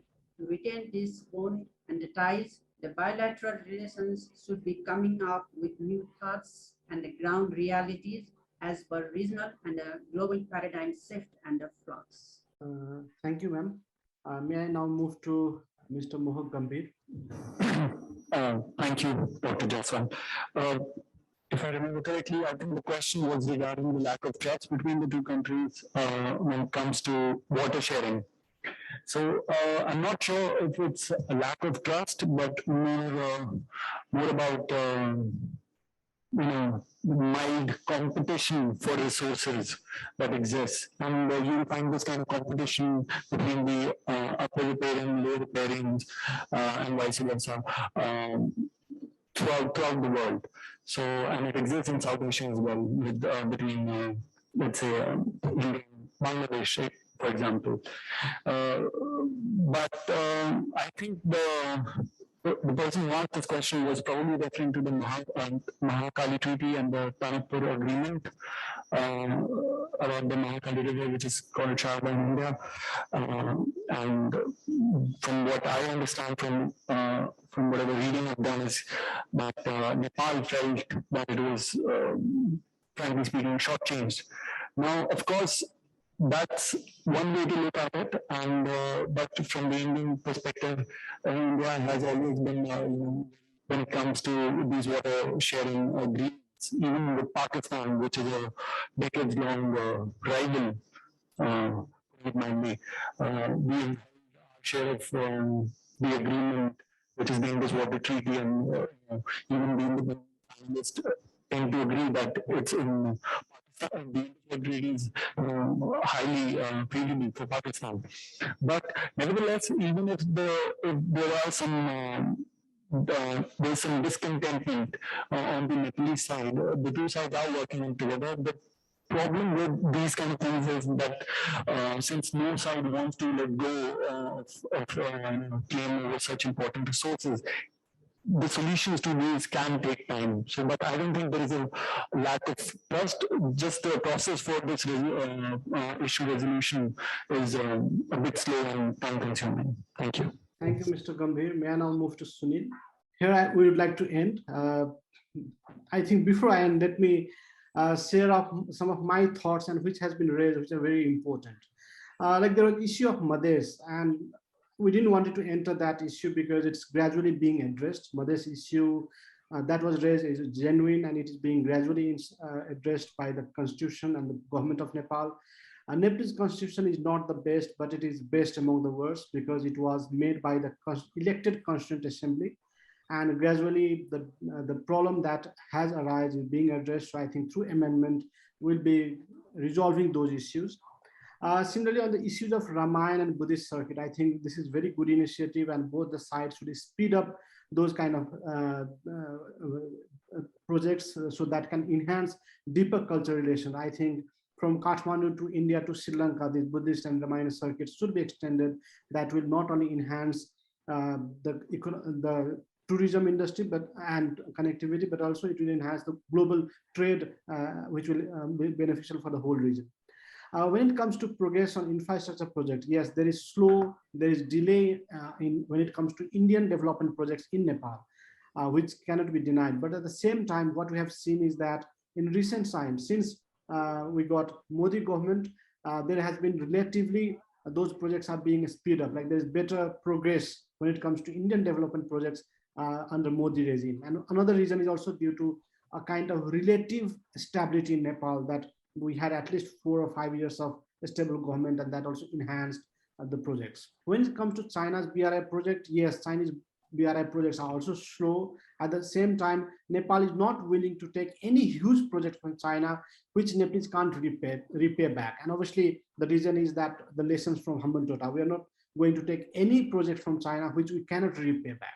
So while we are targeting China is targeting big projects, at the same time, they are not ready to invest in big projects because of instability in Nepal. So that is the reason that there's not much progress on this kind of Chinese development projects in Nepal. A lack of trust and confidence building are important between the two countries. And how can we do that? I think this kind of free and frank discussion and debates are very important that can strengthen the relation between two countries. But at the same time, what India should also understand is that when Nepal raises its genuine concern, sometimes Delhi takes it as anti-India voices, sometimes as anti-government voices are seen as anti-Indian voices. For example, if there is some policy changes in the Indian states like Bihar, Uttar Pradesh, West Bengal, it directly impacts the Nepalese districts and the whole country. So when we raise those issues, what happens? The Indian government sometimes tend to take it as anti-Indian voice, which they should take it lightly and try to understand and resolve it. So I think that differentiation needs to be taken off. Not everything that Nepal states about India or against Indian policy is anti-Indian. There are certain issues, like for example, if Indian raises those issues, they're not anti-Indian, but when Nepal uses the same issues, it becomes anti-Indian. That has to be understood that since we have open border, the way it can impact Indians, it can also impact the Nepalese citizen. So those issues are genuine concern, and that has to be taken lightly and addressed. Lastly, like on border issues, I think both the countries should sit together and resolve it. I don't know who owns that land or who belongs to it, but what I know is that both sides should sit together and resolve it. I think if Nepal and India can't resolve, no country in this world can resolve it. I mean, none of the border issues in this world can resolve it because we enjoy very good relations. We just demand that both sides should sit together and resolve it once and for all. So that is very important because these issues time and again come, and it comes at a difficult time where countries are not in a difficult position to address it. So it's better to resolve when the things are normal, when both the countries are in good terms. So looking at those time where both the countries have very good relations, they should sit together and resolve it so that the other elements can't take benefit of that. But I think what is most important for Nepal is that Nepal must address India's security concern and sensitivities. If Nepal fails to address the security concern of India, because security concerns are primary for any country, not only India, for any country in the world, security concerns are primary, it's foremost. So if Nepal fails to address them, I think India would be bound to use its capabilities. Like any country in the world, not only India, every country use their capabilities to serve their security interests. And if Nepal fails to do that, it will hurt Nepal's sovereignty and will bring instability in Nepal. So I think for a stable Nepal, for prosperous Nepal, it is in not only India's interest, but also in Nepal's interest to address those kind of security sensitivity of the Indian neighbor. Ladies and gentlemen, here we come to the end of third CLAWS-NIICE annual dialogue on bonds that bind, physical, cultural, and economic connectivity between India and Nepal. We'll be coming with the event report very soon, and we'll be sharing the videos as well. We hope to see you all again at the fourth CLAWS-NIICE annual dialogue, and in real, probably in Delhi or in Kathmandu. I, on behalf of NICE and CLAWS, would like to thank all the speakers, presenters, and especially Lieutenant General Dr. Vijay Kumar Ahluwalia and Dr. Jyoti Pathania for all the arrangements. Before I end, I'd like to invite Lieutenant General Dr. Vijay Kumar Ahluwalia to share his words. Over to you, sir. Thank you, NICE, and all the participants for such thought-provoking and insightful questions. And I would also like to thank the esteemed panelists who have taken the time to make these presentations and answer those questions.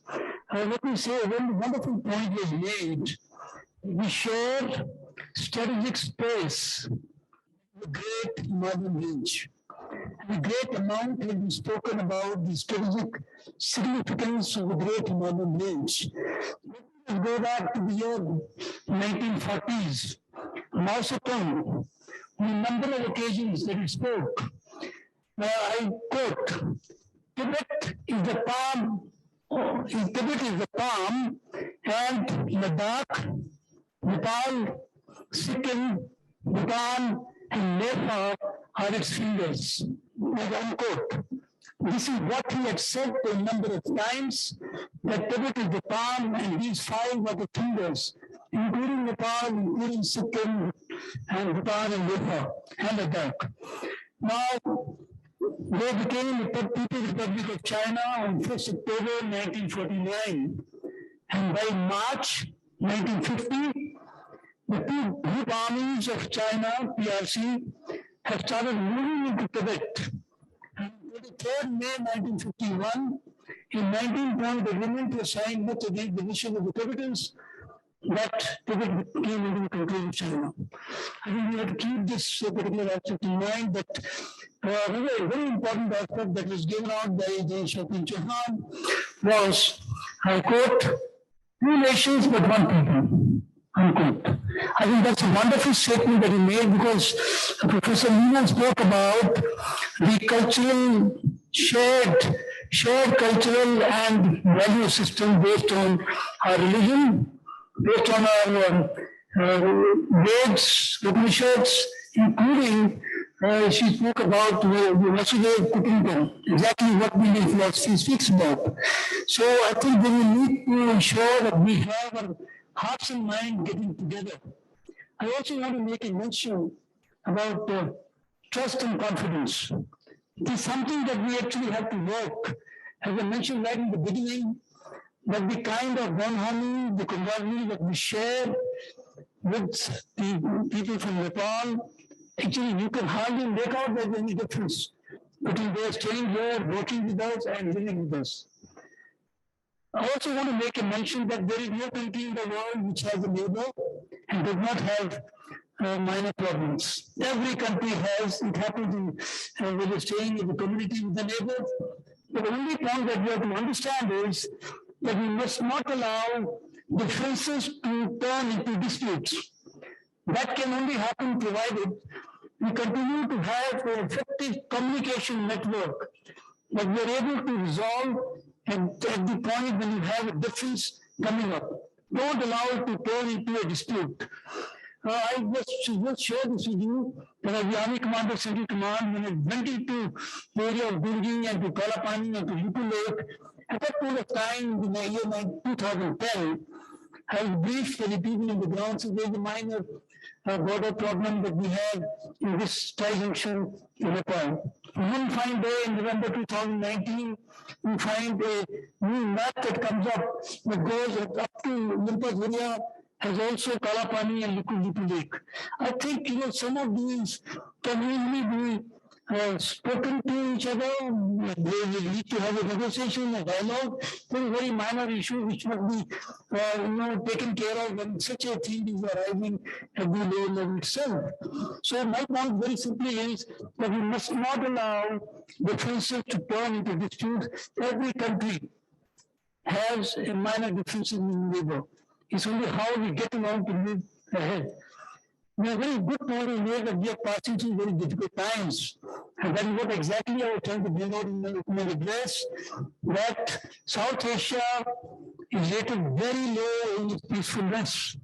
And that actually affects sustained economic growth and development. It's important for all of us. I'm not saying Nepal, I'm saying all of us. All countries of South Asia need to put their act together to ensure that we minimize or bring up the stability in this region in a much better way. Also, the point that I made was about bureaucracy. I don't want to address every question, but I want to say about bureaucracy. A lot of infrastructural projects have got delayed, and the point that we already made. And I will actually agree with John Chauhan when he made a mention to how they will need for us to ensure that we come to a solution. We should be part of the solution and not continue to remain a part of the problem.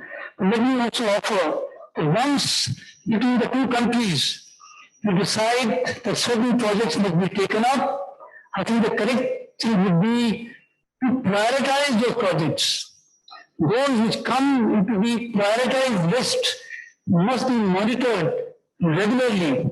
Secondly, I made a note of it that this must be a result-oriented approach, a mission-oriented approach with both the countries. Both the countries have to contribute to get a project to be implemented. It means do not worry too much about the processes, but worry about the end result. The result should be that we must implement those on the ground. I agree with Chauhan when he says that our projects pertaining to the railways purely because of the economic resources. He made a wonderful mention of connecting Jiribam, Chota Jiribam, Bada Jiribam, Yuba, and on to Imphal. That project, since 1947, when we became independent, it is now about to fructify. It has taken that long. So also to connect, shall I say, Uttarakhand into the hills. We really haven't been able to make inroads because of the economic resource crunch. So also with Jammu and Kashmir.